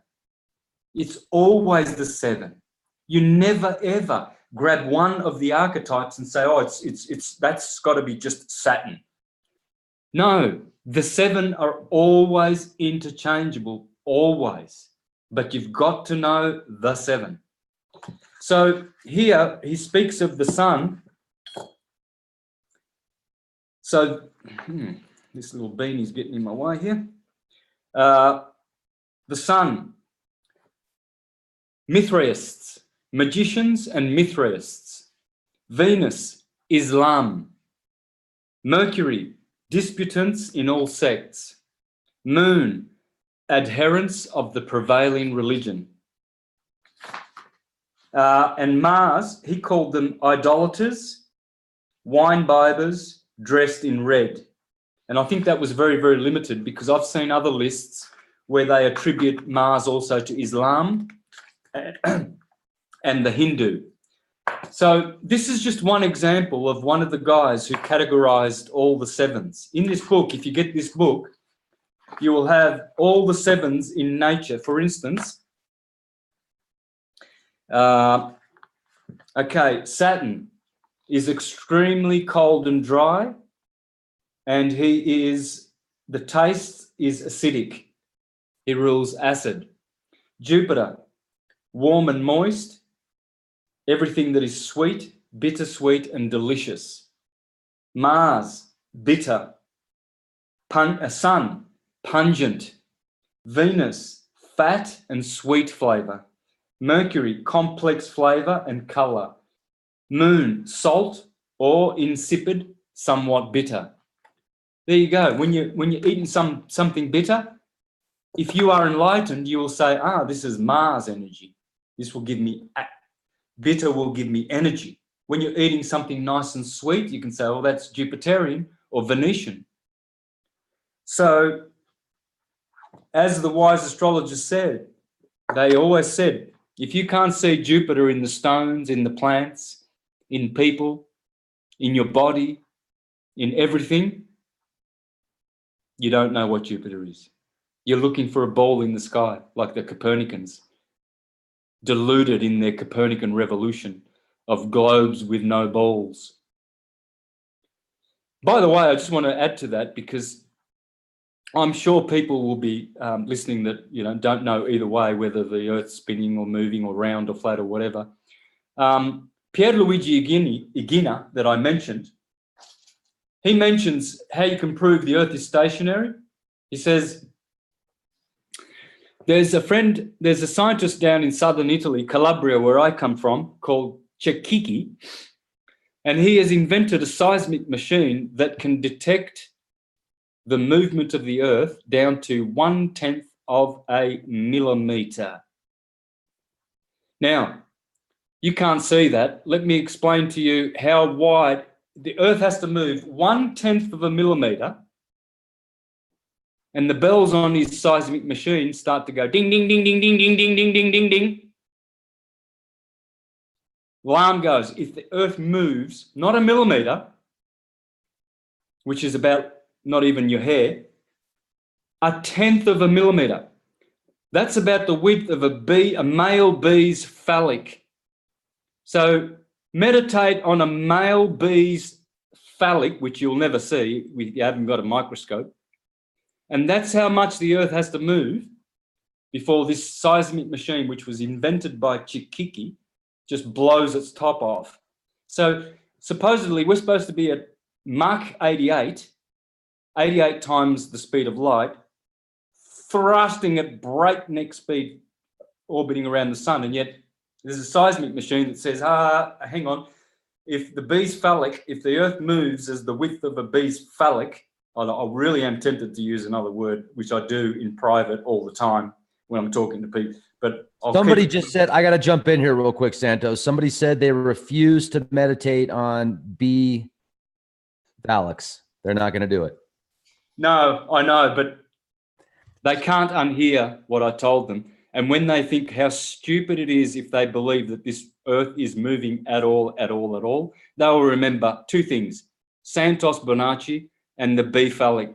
They will never take it out of their mind, and they always realize how stupid and ignoramus you'd have to be to swallow that crap, that Copernican demonic filth, which has harmed the Earth more than any of the other worst satanic teachings, the eating of flesh, ejaculating, and historical Jesus. The globe lie is the fourth and the worst of all of those four aberrations. And those are the reasons, mark my word, you might laugh, people might laugh now, but one day they won't. Those are the four things that if we wipe them like a dirty ass, everything will go back to normal, and we'll have peace and longevity and health and live forever and play music, and everything will be normal. Now, so I'm going to be totally respectful on this. And I would just like to ask you a few questions about when you call somebody ignorant because they don't believe the Earth is flat. So I just went out and I dropped a couple grand on a telescope so I could observe the planets, the moon, the sun, the stars. And I got some filter so I could observe the sun. And when you look at the sun with a good filter, you can see it's a beautiful orangish ball. It just looks like an orange ball. Sometimes you might see a little bit of solar activity on it or whatever. But when I look at the planets, like the other day, I was looking at Saturn with my scope, and I could see the rings of Saturn. And I was thinking to myself, how beautiful and majestic. And I was shocked at how small it looks from here. But in reality, Saturn dwarfs our planet, and just the rings alone would dwarf our planet. But I watch the stars move. I watch the planets move. Even the sun. If I get my telescope, I have to link my telescope on it, and that sucker is moving. And either we're moving or it's moving or something's moving or we're both moving.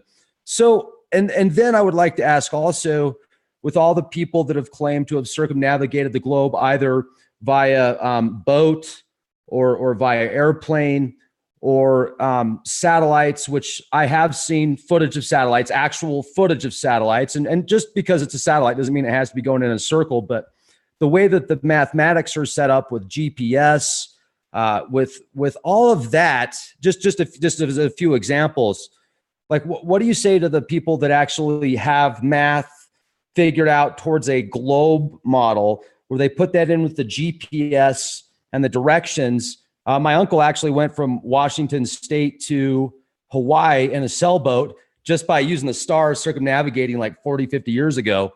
So, I mean, do you ever ask those questions, or is it because of that one specific astrologer that you've kind of put this together? No. I've got all those questions, they're all kindergarten. They're all kindergarten. So easy. Satellites for a start. Yeah, well, they're up there. They're in the firmament, but they're not in a thermosphere where they would melt instantly. But they are up there. They're in the firmament. They use technology that we don't know about how to keep it up there. They've got certain foams, plasma foam, that they can suspend things up there. So no problem about satellites. That shouldn't even be mentioned. They're up there, and if not, doesn't matter. And if some flat earthers think that is a reason, those are not reasons. I wouldn't even be discussing satellites and GPS. It works. Yeah, it works. They've got plenty of ground technology to make it work. And as for calculations about how to fit calculations and your reality onto a globe, it's easy to do that. You can do that. It's just a model, but it's the wrong model. The globe is a model and it will work. You can do geography with it and everything, and it'll work, but it's the wrong one. So how to circumnavigate the Earth? Well, that's easy. You just fly around on top of it, and eventually, if you keep going west, you'll come back to the same point, because you will follow the westerly line. It will take you around the circle Earth back to that same point. Why don't they circumnavigate over the North Pole and over the South Pole? Because you can't. They'll do it east-west. It's always east-west, east-west. What about north-south, smarty pantsers? And show us some photos. There's no photo at all whatsoever in existence of the globe. It's all CGI composites, and that's what they call images. If you want to go bowing down to images and idols, no problem. We'll base everything on reality. Since we have no photo, that's out. You can't talk about photos because they do not exist. And if they do have the OSO satellite out there that's supposed to be about 1 million miles out there, how about a few codex snapshots of the ball, please? One or two. You can't get one photo with billions of funding of the Earth that it's round. Every time they send a GoPro up there with their fisheye lens, you see the Earth going from this to flat to that, inverse, concave, and yet people just, all they want to see is the convex. They don't see where it goes to flat and then concave, because people, they're on a set channel. They've been dumbed down. Educated means dumbed down. They're on a channel. They've been locked in, crystallized, educated, dumb as dog droppings. And they'll believe anything. They'll believe whatever you tell them. So the fact is, you can't circumnavigate north and east because you can't do it, because north and south, because they don't go over the South Pole, and because there is no South Pole. And so, but I say to people, Just use your own brain. All you need is one thing, one example to prove that the Earth is stationary, and it's done. It's a done deal. This is one thing. Forget about everything else, Coriolis effect and all that rubbish. You can make any experiment appear to look like anything. Just look around and see how much deception in the world there is, where they use statistics to manipulate. The government is always finding ways to lie to people. Big lies, little lies, sideways, backwards, inside out, upside down. Liars. That's all they are. All you have to do is open your eyes, go out, have a look at a constellation. Let's pick Taurus. Beautiful. Betelgeuse, the eye of, that's in Orion. Betelgeuse. Aldebaran, the red eye of the bull. Let's concentrate on Aldebaran, Taurus. Now, you can go to France in those prehistoric caves, and they've got pictures of Taurus. And lo and behold, I think they're saying it was that cave is 100,000 years old or something, or millions. Anyway, let's just say millions, because this is how science works these days. They throw in these stupid numbers and people just go. That constellation looks exactly as it does today. You can go out today, you can see Taurus, and then you can go back to all of these ancient depictions of Taurus, go to all the books, the Egyptians, the Assyrians, who have 400,000 or 500,000 years of astrological accounts of how bright the stars are, their positions, their parallax, their angle toward the deeper stars, because supposedly, in Taurus, you'll have the eye of the bull will be here about 5 light years away from you, just as an example. Then all the other stars in Taurus that are still in the same position, some of them are deeper. They are like billions of light years back of the prominent forward stars. And yet, here we are flying through space at breakneck freaking speeds that you would never, ever understand. And yet, for thousands and thousands of years, Taurus, no parallax between the deeper stars. When you're on a train, the trees close, you're driving on a train and you're riding in a train and you're doing, say, 100 miles an hour. The trees closest to you, they are moving fast, and the trees over there in the mountain, way over there, they don't move at all, almost. So if we're flying through that way in space, galaxies moving, the sun is moving, we are going around the sun, we are rotating, all of these motions, and yet Ptolemy's list of the brightness of the stars, Sirius's brightness never increases, never diminishes. Aldebaran's bright as it was 60 trillion, billion, gazillion years ago, still is today, still the same brightness. Gemini, you can look at Gemini. Pollux, why am I picking Gemini? Because it's right next door to Taurus. And the two twins, Pollux and Castor, they're actually the only colours, stars in the sky that are different coloured to all the other stars. Pollux is reddish orange. It's always known to be orange. And Castor is green. There's no green star except for Castor. You can go out and look at it today. Orange and green. All the other stars are red, blue, or white. Red, white, and blue. And here's Pollux and Castor. Ptolemy mentioned that they were green and orange 2,000 years ago, quoting the Egyptians of thousands of years prior to that.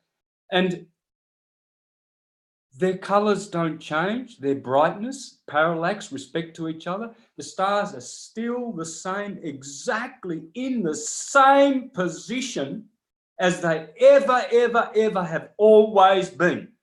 And you want a moving Earth? Whoever you are that wants that, you are a effing dance on steroids. So then why am I looking with my telescope and the planets are moving extremely fast? So we're just flat, and then everything else in space is moving, and the planets look as solid as the Earth. Yet you're saying that Jupiter is hollow, and the sun. I think the sun could be some type of Stargate. However, it does look pretty solid with my telescope. So you're saying that when people observe that, they're dunces? No, I'm not talking. I'm not talking about the planets moving. Yeah, they move. You see, what I'm saying is, doesn't. hang on, no, listen. When you know that the stars have never, ever, let's just stay with one subject for now, and we'll jump to that in a minute. If the stars have no parallax registered in millions of years, then we're not moving, period. When you see Jupiter and all of these planets moving in respect to the other star, yes, they are called the wandering stars. A planet is a wandering star, which means all the seven, Elohim, they are twisters and turners. We already said that. Saturn is turning, Sun's turning, they're all turning, twisting, turning, orbiting. But that does not mean that we are moving. We are stationary. They are moving.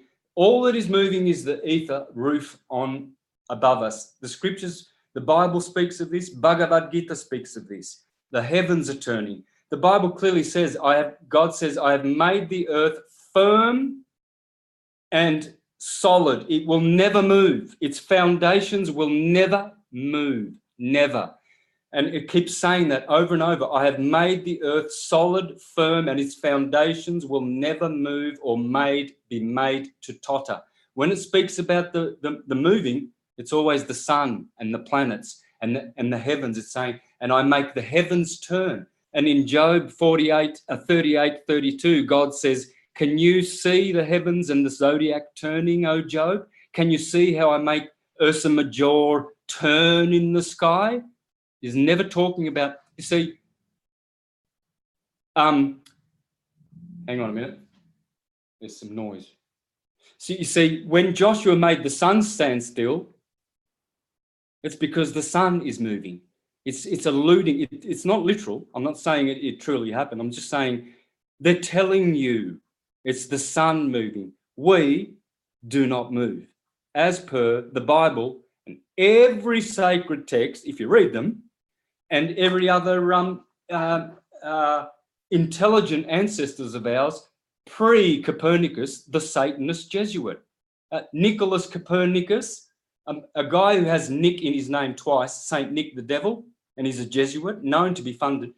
Go to Pope Paul III, Farnese on Wikipedia, and you'll see in the third sentence that Copernicus dedicated his book to him. And he is the founder of the Jesuits, who were founded 2 years after Copernicus released and devoted his book to the Jesuits. And then 130 years later, because the whole world knew that Copernicus was a bullshit demon worshipper and a Jesuit, they had to come up with Galileo Galilei. Now, of course, people are stupid, so that they don't even know what Galileo Galilei means. Galilee is the same Galilee as Jesus walking on the circuit of Galilee. And it means the circuit of the zodiac, which turns, which moves. So Galileo means to rotate, to move. Galileo means to move in singular. Galilee means to move in plural. So they give you Nicholas Copernicus, Nick, and then Galileo Galileo, which means to turn. And that's his famous words. When he recanted, he said, and yet it turns. And yet the earth turns. And his name means, pardon the frickin' pun, the joke's on globies for swallowing this bullshit. It means to turn to turn. So here's this guy who rocks up and his name means to turn, and he's a student of St. Nicholas Copernicus twice. Newton, Jesuit, Einstein, Jesuits, they're all deceivers. Their whole world is a total, everything's a lie, guys. Guys, if you've got intelligence, question everything. Everything. Well, and I certainly question everything. There's no question about that. And when it comes to, there's a few things that you said that I want to clarify here. You said there isn't a single photo of our planet that isn't CGI from space. Do you really believe that? There is no whole photo. There is no one photo just snapped, taken, and produced anywhere under the sun. It doesn't exist. They are CGI images, digital. They're images. They don't say photos. You cannot find a photo of the Earth. And when you do the CGI images, you'll see that the first ones from the Apollo missions, you'll see America is about so big in comparison to the ball, right? And then in the Japanese blue marble ones, America has grown. America is now almost half of the globe. You see, America's grown on the surface of the Earth. Which photo of all the 10 different versions that you see of America being, sometimes it's this big, other times it's this big, which one's the true photo then? I'd like to see that one. That'll be interesting. So let me ask you this then, because another thing that you said, if you said all the GoPros and their fisheye lenses, when you shoot them up, they're going to give you something that looks like a circle, and then it goes, what did you say, went from a circle to flat again to circle or something like that? Well, it goes from convex to flat to concave, all within. So why would it look, I'm just trying to figure this out. Why would it look normal? Like, I've got the GoPro. I was using my GoPro today when I was filming. I hooked it up to the van, and I was getting some awesome high definition footage that looked great. So why is it changing when I put it up in space? Why does it go from like, it looks good, but now it's taking something flat and it's turned it into a circle? Is that kind of is what you're describing here? No, brother, I've got myself a little GoPro too, and you can do it on the ground. You can do it. You can see the fisheye. Just put your hand. It's all fisheye. But it still gives you the perspective of when you're on the ground, it looks like it looks normal. So you're saying it changes the further out you go.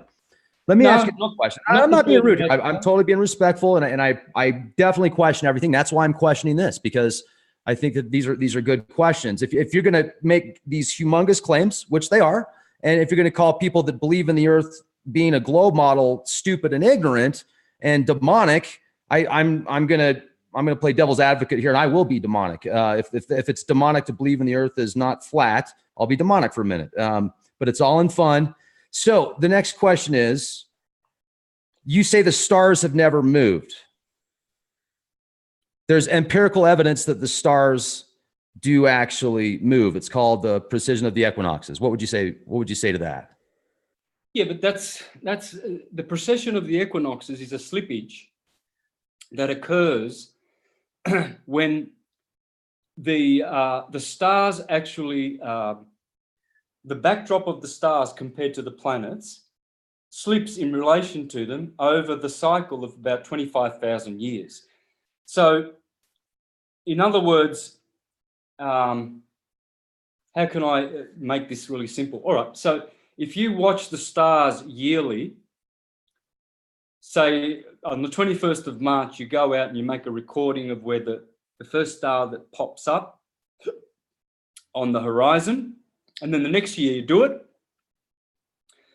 You know, you sit there and wait for the exact time and wait for, you'll find that star is coming up about 4 minutes later than the previous year. Well, that's because of what's called precessional slippage, but they don't have proper motion. It's different motion. It's an appearance of movement, yeah? It's not a real proper movement. So the stars don't, if they had proper motion, we would see parallax, you see, because there's supposedly great depth between those stars. Some of the stars are closer in light years, some are further back. So if we're traveling over here so fast, there has to be so my fist is closer to you, right? Let's put that right there. And this one here this finger is right here. So if my finger is moving, that should happen. You see, this is parallax. So in Taurus, you've got Aldebaran's here, my fist, and say Betelgeuse in Orion is over here. And they've always been, in relation to each other, they've always been exactly that distance to each other. Here's Aldebaran, here's Betelgeuse. Now, if you're moving, things like this have to happen, distortion. There's got to be some distortion.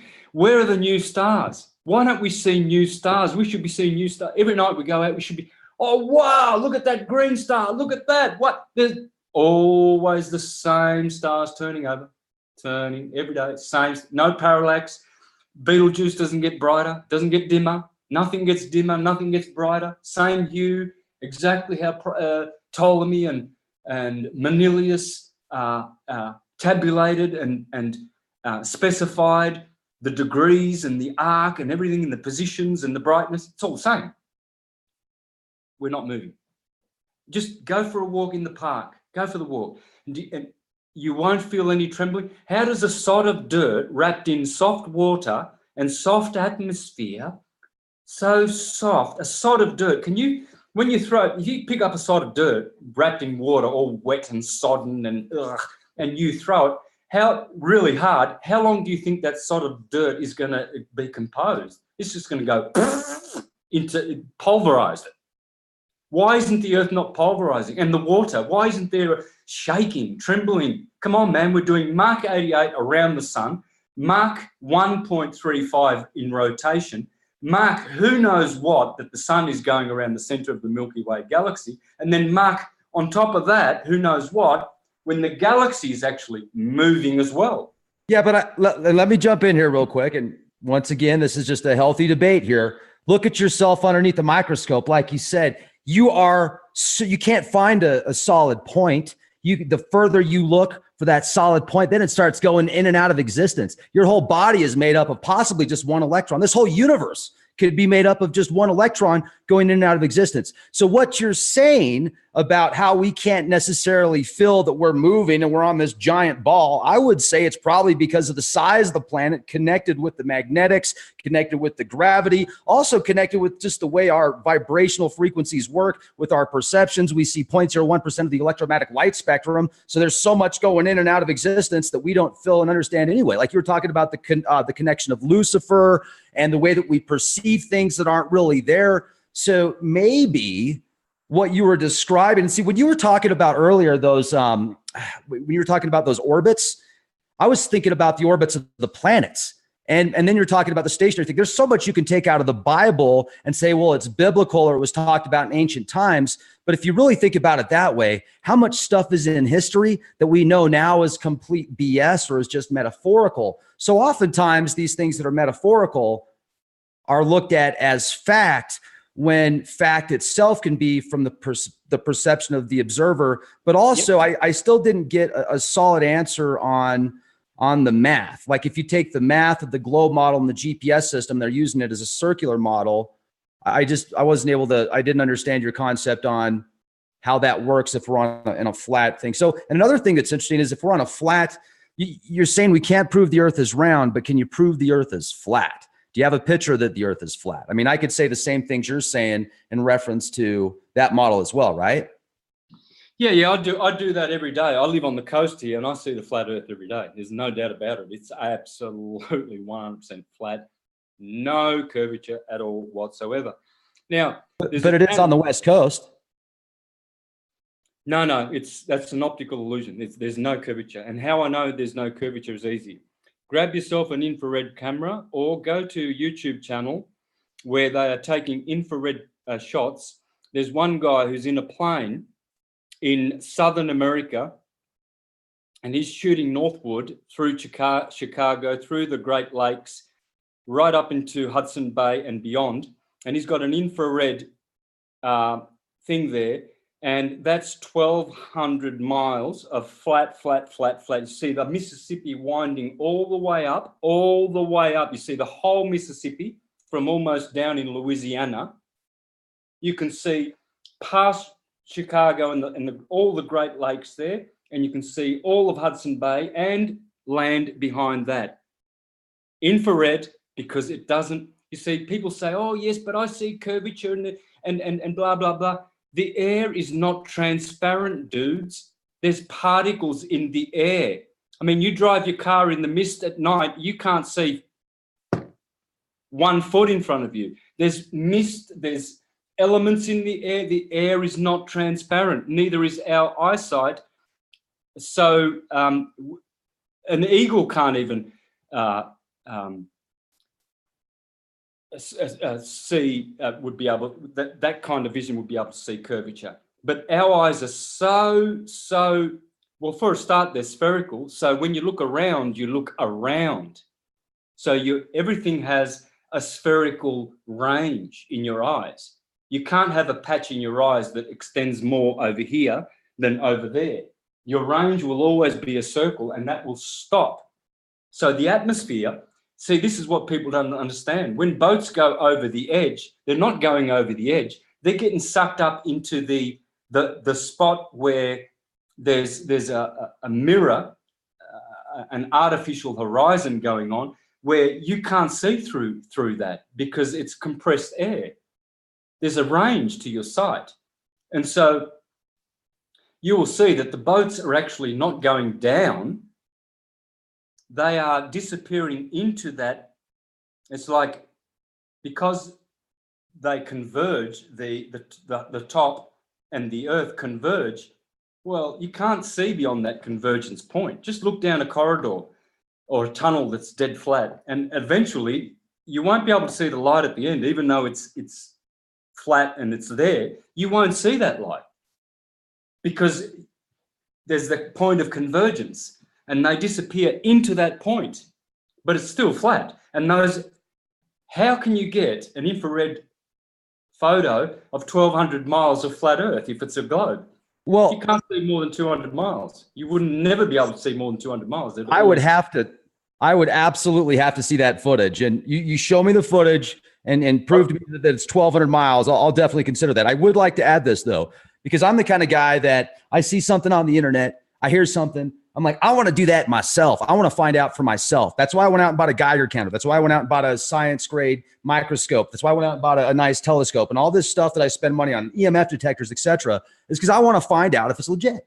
I went out and picked up a Nikon P1000 camera, which has got a 3,000 millimeter zoom lens. It's insane, 125 optical. Went out to the Pacific Northwest, went out to a place called Ocean Shores.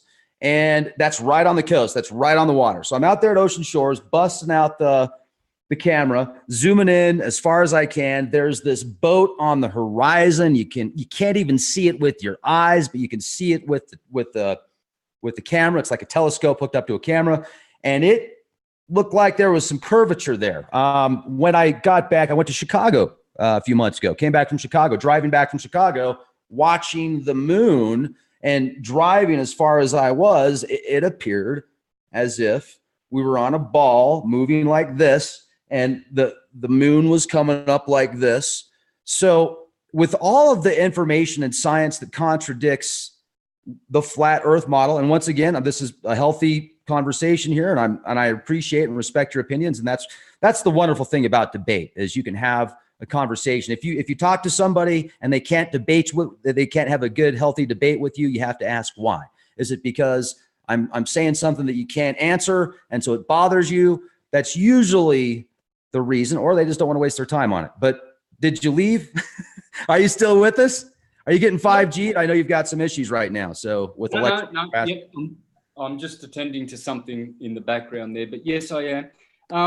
Yeah, these are appearances, Rex. Remember, the fool is the one who lives his world by the appearances. There are two truths. There's the truth of reality and the truth of appearances. For instance, if I grab this, right, and the moon's up in the sky, and I put this round thing in front of my eye, and I say to a little child, this is bigger than the moon.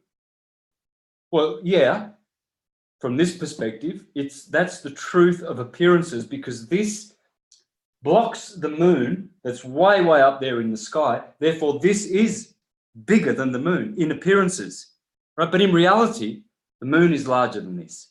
So there are two truths. What you see and what you think you see, two different things, okay? Like the physical matter of the body, you think you see that, it's not really what you're seeing. So for evidence of these photos, go to my YouTube channel, Mr. Astrotheology, and scroll down. About 6 months ago, I did a presentation called Flat Earth is Scientific, Globe Earth is not. And I would watch that because it's the best flat earth video you'll ever see.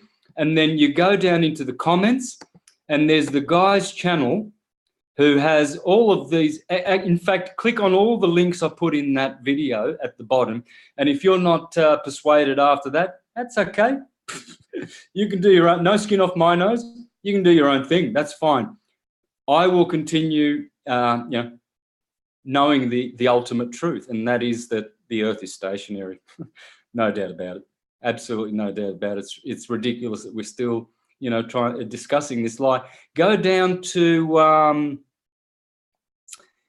I need to get you the channel so you don't, just in case people can't go to or find it on my channel. Let me see, where's that? Anyway, it's in the links there, guys. It's you go to my channel, Mr. Astrotheology, and you punch in flat earth is scientific, globe earth is not. And in the notes there, you'll see a guy has a channel. He's got hundreds and hundreds of flights that he does. He loves doing it. Gets in a plane and he's got his infrared filter on his Nikon 1000, and he's shooting shots of the flat earth, more than 1,000 miles. It's no brainer. You can't have that on a curved ball. It just can't happen. No refraction can explain how that infrared brings all of that landscape into view all the way past Hudson Bay. Clearly, you can see it clear as day. I've put those photos in my presentation, Flat Earth is scientific, globe earth is not.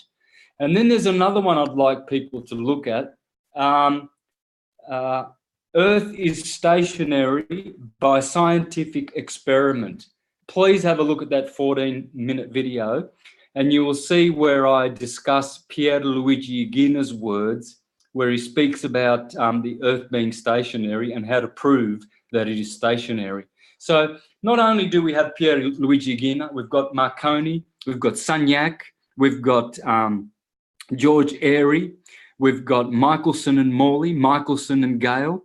We've got James Bradley in 1729 with his telescope. He proved that the Earth was stationary. He was the astronomer royal. We have all of these historical figures, all of them proving that the Earth is stationary, and yet not one buffoon from the pseudoscience, Copernican, Satanist, Jesuit, demonic bullshit school can come up with any scientific experiment. They haven't done any. And Einstein on his deathbed said, I've come to believe that no scientific experiment can detect the movement of the earth.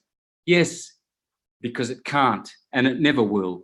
And if it does, we'll do it. We've got the instruments now, do it. We've got freaking satellites, give us a freaking photo. One real photo. Now, flat earthers have dismantled every single bullshit CGI image that they give you in their globe with no balls presentations, and they're all provably false. For anyone who really, really wants to know about the flat earth, go to a channel called My Perspective. If that guy doesn't convince you, nothing will. Let me ask you a quick question, though, because I've asked you some genuine questions about, let's say I want to launch a rocket out myself. I'll get a weather balloon. I'll launch it up as high as I can. What kind of cameras do you need to show you that the Earth is either round? It's a giant. Actually, you know what, folks? The Earth isn't round. The Earth isn't flat. It's a pyramid. Hello. And you're building the pyramid for the MFers, the money funders, because they love you so much. But no, what would you need to prove to you the shape of the Earth? Because you haven't proven to me in any way, shape, or form the Earth's flat. And obviously, I haven't proven to you that the Earth is a globe. So what would it take for you to say, yep, what kind of camera do I got to launch into space? Tell me how far I got to launch it, what I got to do, and I'll see if I'll see if we can make it happen. I'm serious. Let's do it. Let's do it. We'll follow the thing up, man. We're like, yeah, there it is. We're live streaming it. There are people who are doing it.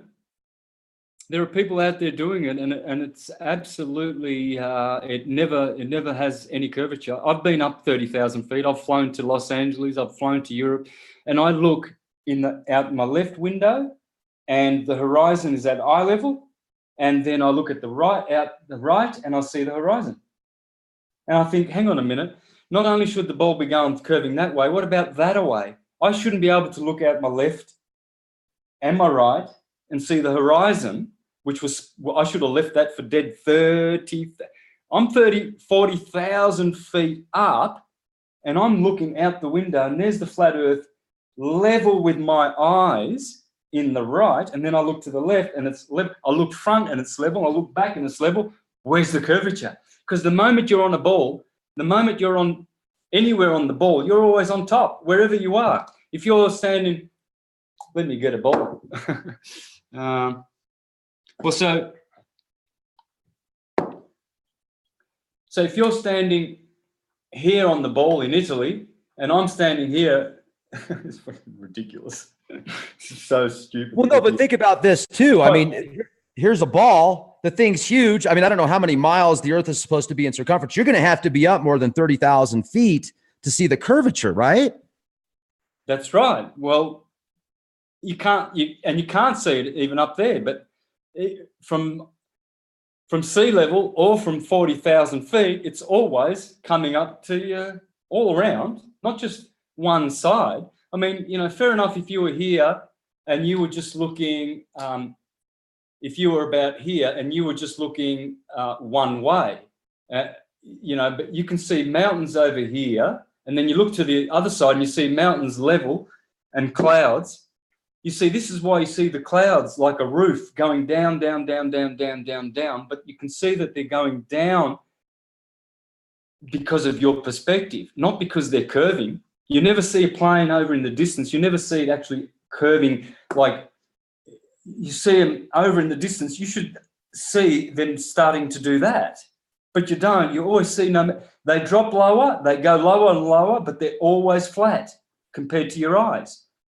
And they disappear lower due to perspective, but that angle never changes. They're always at the same angle as when they were behind you. And now they're 1,000 miles ahead and the plane is still going level. You see those contrails and chemtrails? They're straight. They don't curve. They're straight. Why? Because the aeroplanes are flying on a plane. Yeah, but that's sorry. Just real quick, I was going to say a lot of times though, even Kristen I'll be driving with Kristen, and Kristen will be like, "Look, it looks like they're going straight up." So a lot of that's an optical illusion because it's so far on the horizon. The chemtrails aren't going vertical; they're horizontal.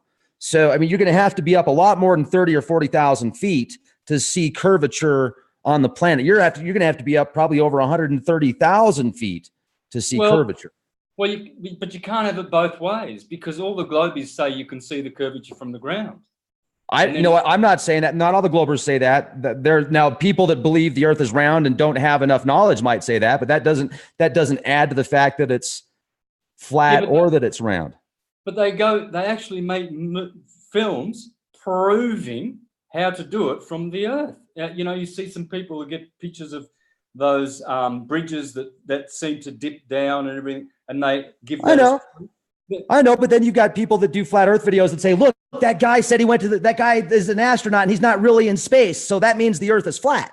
So I mean, you can say the same thing towards the flat Earth model. All that I'm saying is, and I appreciate it once again, what you're saying to knock on somebody that believes the Earth isn't flat. That same person could say the exact same thing to you, believing the Earth is flat.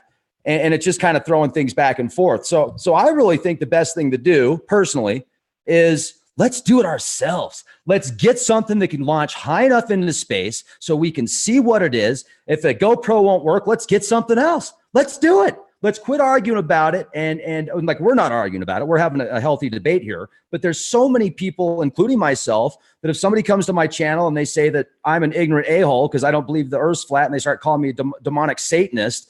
I mean, that's, first of all, that's not a very good way to start a conversation. I think you need to work on your people skills there, buddy. But let's add something to back. And I'm not talking about you. I'm talking about people all the time that come into my chat that just attack me because I don't believe, like, and I won't even be talking. We'll be talking about like aspartame, or we'll be talking about 5G, and somebody comes on the, oh, hey, Rex, don't talk about that. You're a Satanist. You need to talk about the flat earth. And I think people like that kind of take away a little bit from the cause of, I mean, somebody that genuinely believes that should have it. Hey, let's have a debate. Let's work this out. And anyway, so I'm divagating, brother. That's true. No, you do the devil's advocate very, very well. So I'm happy with that. And by the way, I'm not attacking any of the listeners and calling them individual. I'm not attacking individuals. I'm a truth teller. So I'm generalizing. I acknowledge my own stupidity, and there's plenty of that. But what I'm saying is that the truth, not our egos, the truth needs to be told. And I've done the research, and I know that it is provable, and I have proven it in my videos and many others with only proofs. Whereas when the Globies come back, they always go with what they've been taught, which is already based on a false premise.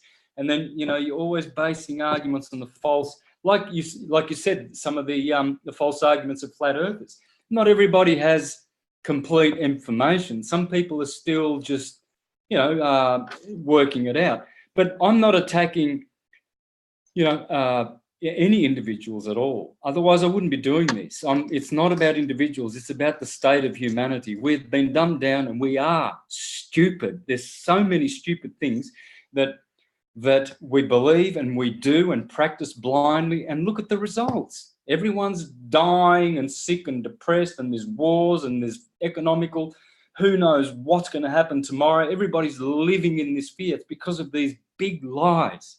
And the 4 big ones that are harming humanity, I've discussed on this show. And I'm not going to sort of leave any show without these things mentioned, because people would expect that. They'll expect me to say what I want to say and what I know. And so I have to say it. And I need to say that it is utter stupidity to be ejaculating, to be eating flesh, rotten corpses, because you can't ascend, to be believing and waiting for a historical Jesus to come back, because he didn't come back. It's a nursery rhyme for adults. And believing in Santa Claus globe lies. And I have all the evidence. I've gone back and seen all the elite families who started the globe lie, because after Columbus discovered the Americas, there were ships going back and forth on the flat Atlantic, realizing, hey, it's flat like our intelligent ancestors forever have said.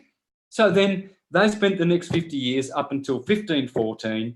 They set up this Copernicus guy, killed all his rivals, murdered all the ones that were saying this is pure bullshit, and the Catholic Church got behind it. Then they did this mock trial of Galileo Galilei, set him up. Obviously, it's not a real person, because the guy who says, and yet it turns, his name is, and it turns, and it turns, it's a bit of a joke.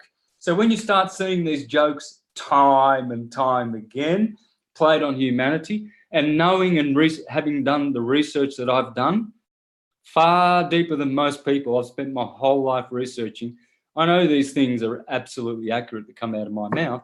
And so I say them with extra confidence and zeal, because I don't want anybody to go to sleep at night and have a good night of rest in their ignorance and stupidity, which will be their utter enemy and destruction in the end. Consciousness is the savior, guys, not love and light and all of this la-di-da new age bullshit. Consciousness, knowing. Knowledge is the door to everlasting life. We have to know. Ignorance is the only sin. There's only one sin, if you want to, talk about sin. That is ignorance, willful ignorance. And we have intelligence. We've got the capacity to work it out ourselves. For instance, I gave the best example. You go out at night, have a look at Taurus, compare it to Taurus, how it used to look 40,000 years ago, 500,000 years ago, a million years ago. They're in the same position, same light quality, no parallax, no distortion. We don't move. They move, and they're fixed, as it says in the Bible, as it says in the Greeks, and all of our ancient intelligence, that the stars are fixed in the firmament. So, you know, all of the conclusions come to stationary Earth. None of them, none at all, except people keep saying, oh, yes, there's a lot of evidence. There's no evidence. There's not a shred of evidence about the Santa ball. It's a Santa ball. And people who believe it are Santa deluded, you know, poor people, poor children of Satan, the master deceiver. They're not children of God. They're the children of darkness, ignorance, willful ignorance, because you can do it easy. I'm not smart. I'm not super intelligent at all. I'm a dumb bum, and I worked it out. Earth is stationary. Yeah, definitely. So, you know, I have to say it because my research is the best and my material is the best. There's no one's got syncretism like I have. Sounds like a boast, but it's the truth. The truth has to be told. No one has all the parts put together. They just don't. They've got some of them, most of them, half of them, etc. But if they're not speaking about astrology, forget it. Don't bother. Don't even bother listening to anything they say if they don't know astrology. This is the thing. You see, where do you begin? I see young girls on the corner with posters saying, you know, women's rights, rights to abortion. Now, where do you start? First of all, why do you need to be talking about aborting? If you had true knowledge of how sex is, you'd never have an ejaculation and you'd have blissful orgasms all day long, and you wouldn't have contraceptive industry, you wouldn't have the abortion industry, you wouldn't have the venereal disease industry, you wouldn't have all of these things that they're standing up fighting for. We need abortion clinics, we need women's rights. How about use some natural contraceptive like some yarrow or some pawpaw seeds? If you had a teaspoon of pawpaw seeds and you think you got pregnant last night, teaspoon of pawpaw seeds, that will absolutely, that is the best contraceptive, infanticide or whatever, the spermicide, that you can possibly, there's about, I know a list of 20 natural contraceptives. So what's the industry, all of these? First of all, you don't need to be worried about getting pregnant or a disease if you learn proper sex. See, where do you begin with this woman? You know, I'm standing there looking at her and going, how can I help this girl now? She's fighting for these rights, but it's all she's so deluded and she's upside down on a spinning Copernican Jesuit demonic globe. And where do you begin? Nowhere. Let the dead bury the dead. Where do you start? See, the kind of sex I haven't had an ejaculation since 2012. My partner, Violet, she's 25, sexy girl. She can't keep up with me and sex because I get more and more energized because you don't get tired. You're not ejaculating your brains out. She doesn't sit there going, oh, gee, what if I get pregnant? I'm in Australia with this guy. And, oh, what if I get a venereal disease? Or, oh, when should we stop? Just don't ejaculate. Be competent and continent. You know, if you're pissing your pants and pooing your pants, you're called incontinent. If you're an ejaculator, you're incontinent. And most of these truthers are ejaculators. So I know that my channel is the best because it's non-ejaculatory, it's white tantra, it's astrological, it's vegetarian. It's all set people up for ascension. It's the best truth channel. I have to say it, and many millions are knowing it, many millions. They're coming and they write to me every day telling me how the truth has transformed their lives. There's millions of people watching syncretism and benefiting, you know, because it's not an entertainment channel, it's a truth channel. But you are a unique individual, and I respect that. And man, like before we close out, we've been going on for about 2.5 hours, and really appreciate you coming on the show. I know I've asked you some questions and you've given me some responses, and I appreciate that. And hey, thanks a lot, Anthony. Much appreciated the super chat there. You say you're a targeted individual, and it seems to me like you're a little bit anxious. Like, are they messing with you right now? Something going on like right now? No, I'll tell you why I'm like this today. This always happens. Okay. when I have to have a bath. Now, the only thing, this is for any other targeted individuals, guys. Here's a tip. What I do is I go into the bath and I get apple cider vinegar, like a cup, like about so. Put about 5 spoons of Celtic salt in it and mix that around. And those two alone should knock the itch. But then I put Lugol's iodine in there, and then I put a bicarb soda all over my body. And then I just stand there in the shower for about 10 minutes. It burns like you're in hell. It's torture. This itch is not just an itch that you can scratch and it goes away. It's an itch that tickles and stings at the same time. It's ticklish. It's a demon. It's so intelligent, and it knows how to keep you awake. So last night I was in the bath till about 3 a.m. Then I got up. I've only had about 3 or 4 hours sleep. I'm always sleep deprived. So I'm running on that adrenal energy, but I'm toxic because I was itching madly last night and the night before and the night before. It's been the worst year for me. It's just getting worse and worse, more and more intelligent.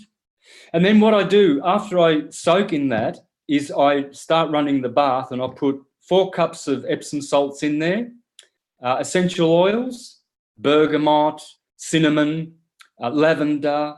These absolutely attack the itch. And then I'll put bicarb soda in there, a bit of borax. I also put bentonite clay in there, black activated charcoal. And I have to sit in there for about an hour or 2 hours, and then I can go to sleep. So that's why, brother, if I didn't have this torture and itching for the last decade and more, yeah, things would be a lot different, a lot different. It's caused me all kinds of dysfunctional behavior and really, really nightmarish days and nights. It's very scary to be inside of me. As I said to you before, spiritually, the syncretism's getting better and better. The truth is just, wow, internal, the spirit of me is improving, but physically, this vehicle does not like being here, does not like food, does not like it, or whatever they're doing to me. I know it's part mold, part AI, part pulse weapons. It's a whole matrix of different things that enable all the other things, you see. And people like me do not go unnoticed. They give me attention. I know it. I can feel it because a pulse comes up here on my wrist. I get a tingling in a pulse. Comes up here every night around about between 6 and 8 a.m. when they remember to turn it on. And as soon as I feel this pulse, I know what's coming. Within 10 minutes, I've got this tickling, raging itch all over my body. It's not isolated. It travels all over my body. It's in my eye, in my ear, everywhere. And it's torture. It's not nice. I think it is, there's people writing to me telling me that they believe it's demonic AI, and others are just saying that it's intelligent somehow AI, artificial intelligence. But it's wreaking havoc with my life, man. Because of all the health protocols that I do, like Spagyrics, I'm taking Spagyrics, essential oil, cell salts. You saw me taking some of these through the show. I do creams. People send me soaps from all around the world. Doesn't help. I do lotions and potions, special diets, smoothies, fasting. I just finished a 62-day liquid fast, and that helped. It improved a lot, especially my skin. It rehydrated my skin. It was getting very dry. I cut my hair. It was long yesterday on the new moon. I cut my hair because it was getting all knotty and plasticky. It was artificial. Most of people's hair these days got polymer fibers in them. Yeah, the hair is not natural anymore. You'll find that. What do you think happened? Because I've interviewed people before that have shown me pictures of like what looks like almost like speaker wires and stuff coming out of their skin. And it just looks so painful. And they talk about it and they describe it as almost like a merger of something. I've heard a multitude of things. What you're saying, I think, might have some possibilities with these AI nanotechnologies that could be interconnecting with the cellular level and such, and then maybe trying to turn your body into some type of antenna system. But you said it started into, and first of all, I just want to clarify something real quick. There's a couple comments in the comment section that the first one I thought was really funny. This is from Johnny. He says, Santos always says the truth. It's flat, you Satanist spawns of hell. First of all, that's hilarious. And I think that's hysterical, man. But then there's been some other people that are like, Rex, I'm not going to listen to your show anymore because you're being disrespectful. And dude, have I came across disrespectful at all in this podcast with you? No, not at all, man. You are the best interviewer. I knew it'd be a great interview. I'm just acting like the way I act because I love to irritate people who are really ignorant, which you are not. You will never get irritated by this. Neither will the good-hearted, intelligent ones out there. They're all giggling. The only ones who will walk away, remember in the gospel, Jesus said, if you don't eat my body and drink my blood, you will never come to everlasting life. And all the disciples were shocked and they said, oh, this speech is shocking. We cannot follow this man. And they all turned aside from following the Lord. And then the Lord turned to Peter and said, are you also going to leave me? And Peter said, Lord, where will I go? You have sayings of everlasting life. So I find that people are compelled to listen to me. The truthers are listening to me, and all the shills, they all click on my videos for some reason religiously. They know more my syncretism than I do. All the shills are addicted. They are compulsively watching my stuff. So I love to jab them and irritate them so that, one day when they come to the same truth as I do, they'll say, gee, that guy was trying to help me. He wasn't such a smart ass as he's tried to be, because I like to provoke people. I like to really, that's how I get into gear. I sit on the fence sometimes and be lazy about certain issues. Then some person that I don't like and irritates me says something and then provokes me. And lo and behold, next thing I'm listening to that person because they were right. A lot of irritating people that you just can't even look at because you can't stand their face, like me, are going to turn up in your life. But you have to compose yourself like you have done today, Rex. You have just been a witness. You don't jump in, even though you play devil's advocate real well, you don't jump in and take a side fixed based on your potential ignorance. So witness everything. That's what I did. For years I was studying the flat earth before I came out in 2015 because I didn't want to come out half cocked and say, hey, look at this. I needed to know for sure. And the way I do research is thorough, and that's why I did it. I had to. I'm responsible to people because I claim to be a truther. So the onus is on me. It's my due diligence to research every matter. People were writing to me saying, what's this bullshit about the flat earth, Santos? Look at this video. And I thought, well, this is coming every day. I have to, do what I do, which is to research it. And everywhere I went and turned, sure enough, 100% always, stationary earth. So thanks, Rex. You've been a gentleman, man. You're not disrespectful at all. I think those guys were just having a bit of fun. Well, It doesn't matter what they say anyway, Rex. It doesn't matter. We have to just go on doing these things, really their opinions. It's nice. And the compliments, I like them too. But I've disabled compliments on my channel because I don't want to hear compliments and I don't want to hear negativity. I just want to show people what I know, the truth. And, I'm the one doing the commenting. If you want to do commenting, make your own channel and I'll come and watch it. Yeah, right. Like how many people tell you, oh, you need to do this on your channel. You need to do that. You're doing this wrong. You're not talking about this. It's like, wait a second.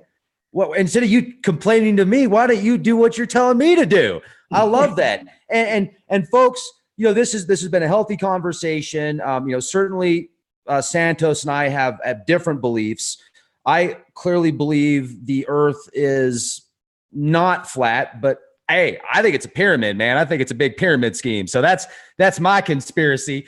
And other than that, you know, I really appreciate you, Santos. You said some things that were fascinating and I really resonated with as well. And I've wanted to speak with you for a long time. And I cannot say anything bad about somebody that talks about what they believe in. And you know what? Here's what's interesting. There's over 7 billion people on the planet, on the plane. And guess what? Most of us don't think the same. So does that mean one person's right and the other 7 billion plus are wrong? No, I don't know, man. I think we all might have some truth to this. And this all seems to be like a multi-level matrix of sorts. And we seem to be creating our simulation and reality in some way, shape, or form. So folks, you need to check out Santos's website, support Santos's work. You can check out his website. I wrote it down. Where did it go, Santos? Here. Where did it go? Website is universaltruthschool.com. YouTube is one word, Mr. Astrotheology. That's what I'm talking about. Mr. Astrotheology on YouTube, and then universaltruthschool.com. Santos does readings as well. He's really good at astronomy. If you want to have a reading, I'm sure he could book one with you. Just make sure to send him an email, go to his website. Is that correct? Yes. Yep. Awesome. Thank you. Thank you very much. Thank you, everybody, for being here with us. It sounds like everybody got triggered to some way, shape, or form. The snowflakes did melt. I got triggered a little bit, too. It was all exciting. And I loved what you said at the end there about how you like to get under people's skin and how you like to get people thinking. You know, you want to shake them up a little bit because you love them, because you care about them. So think about that, folks. Be excellent to each other and be the change you want to see.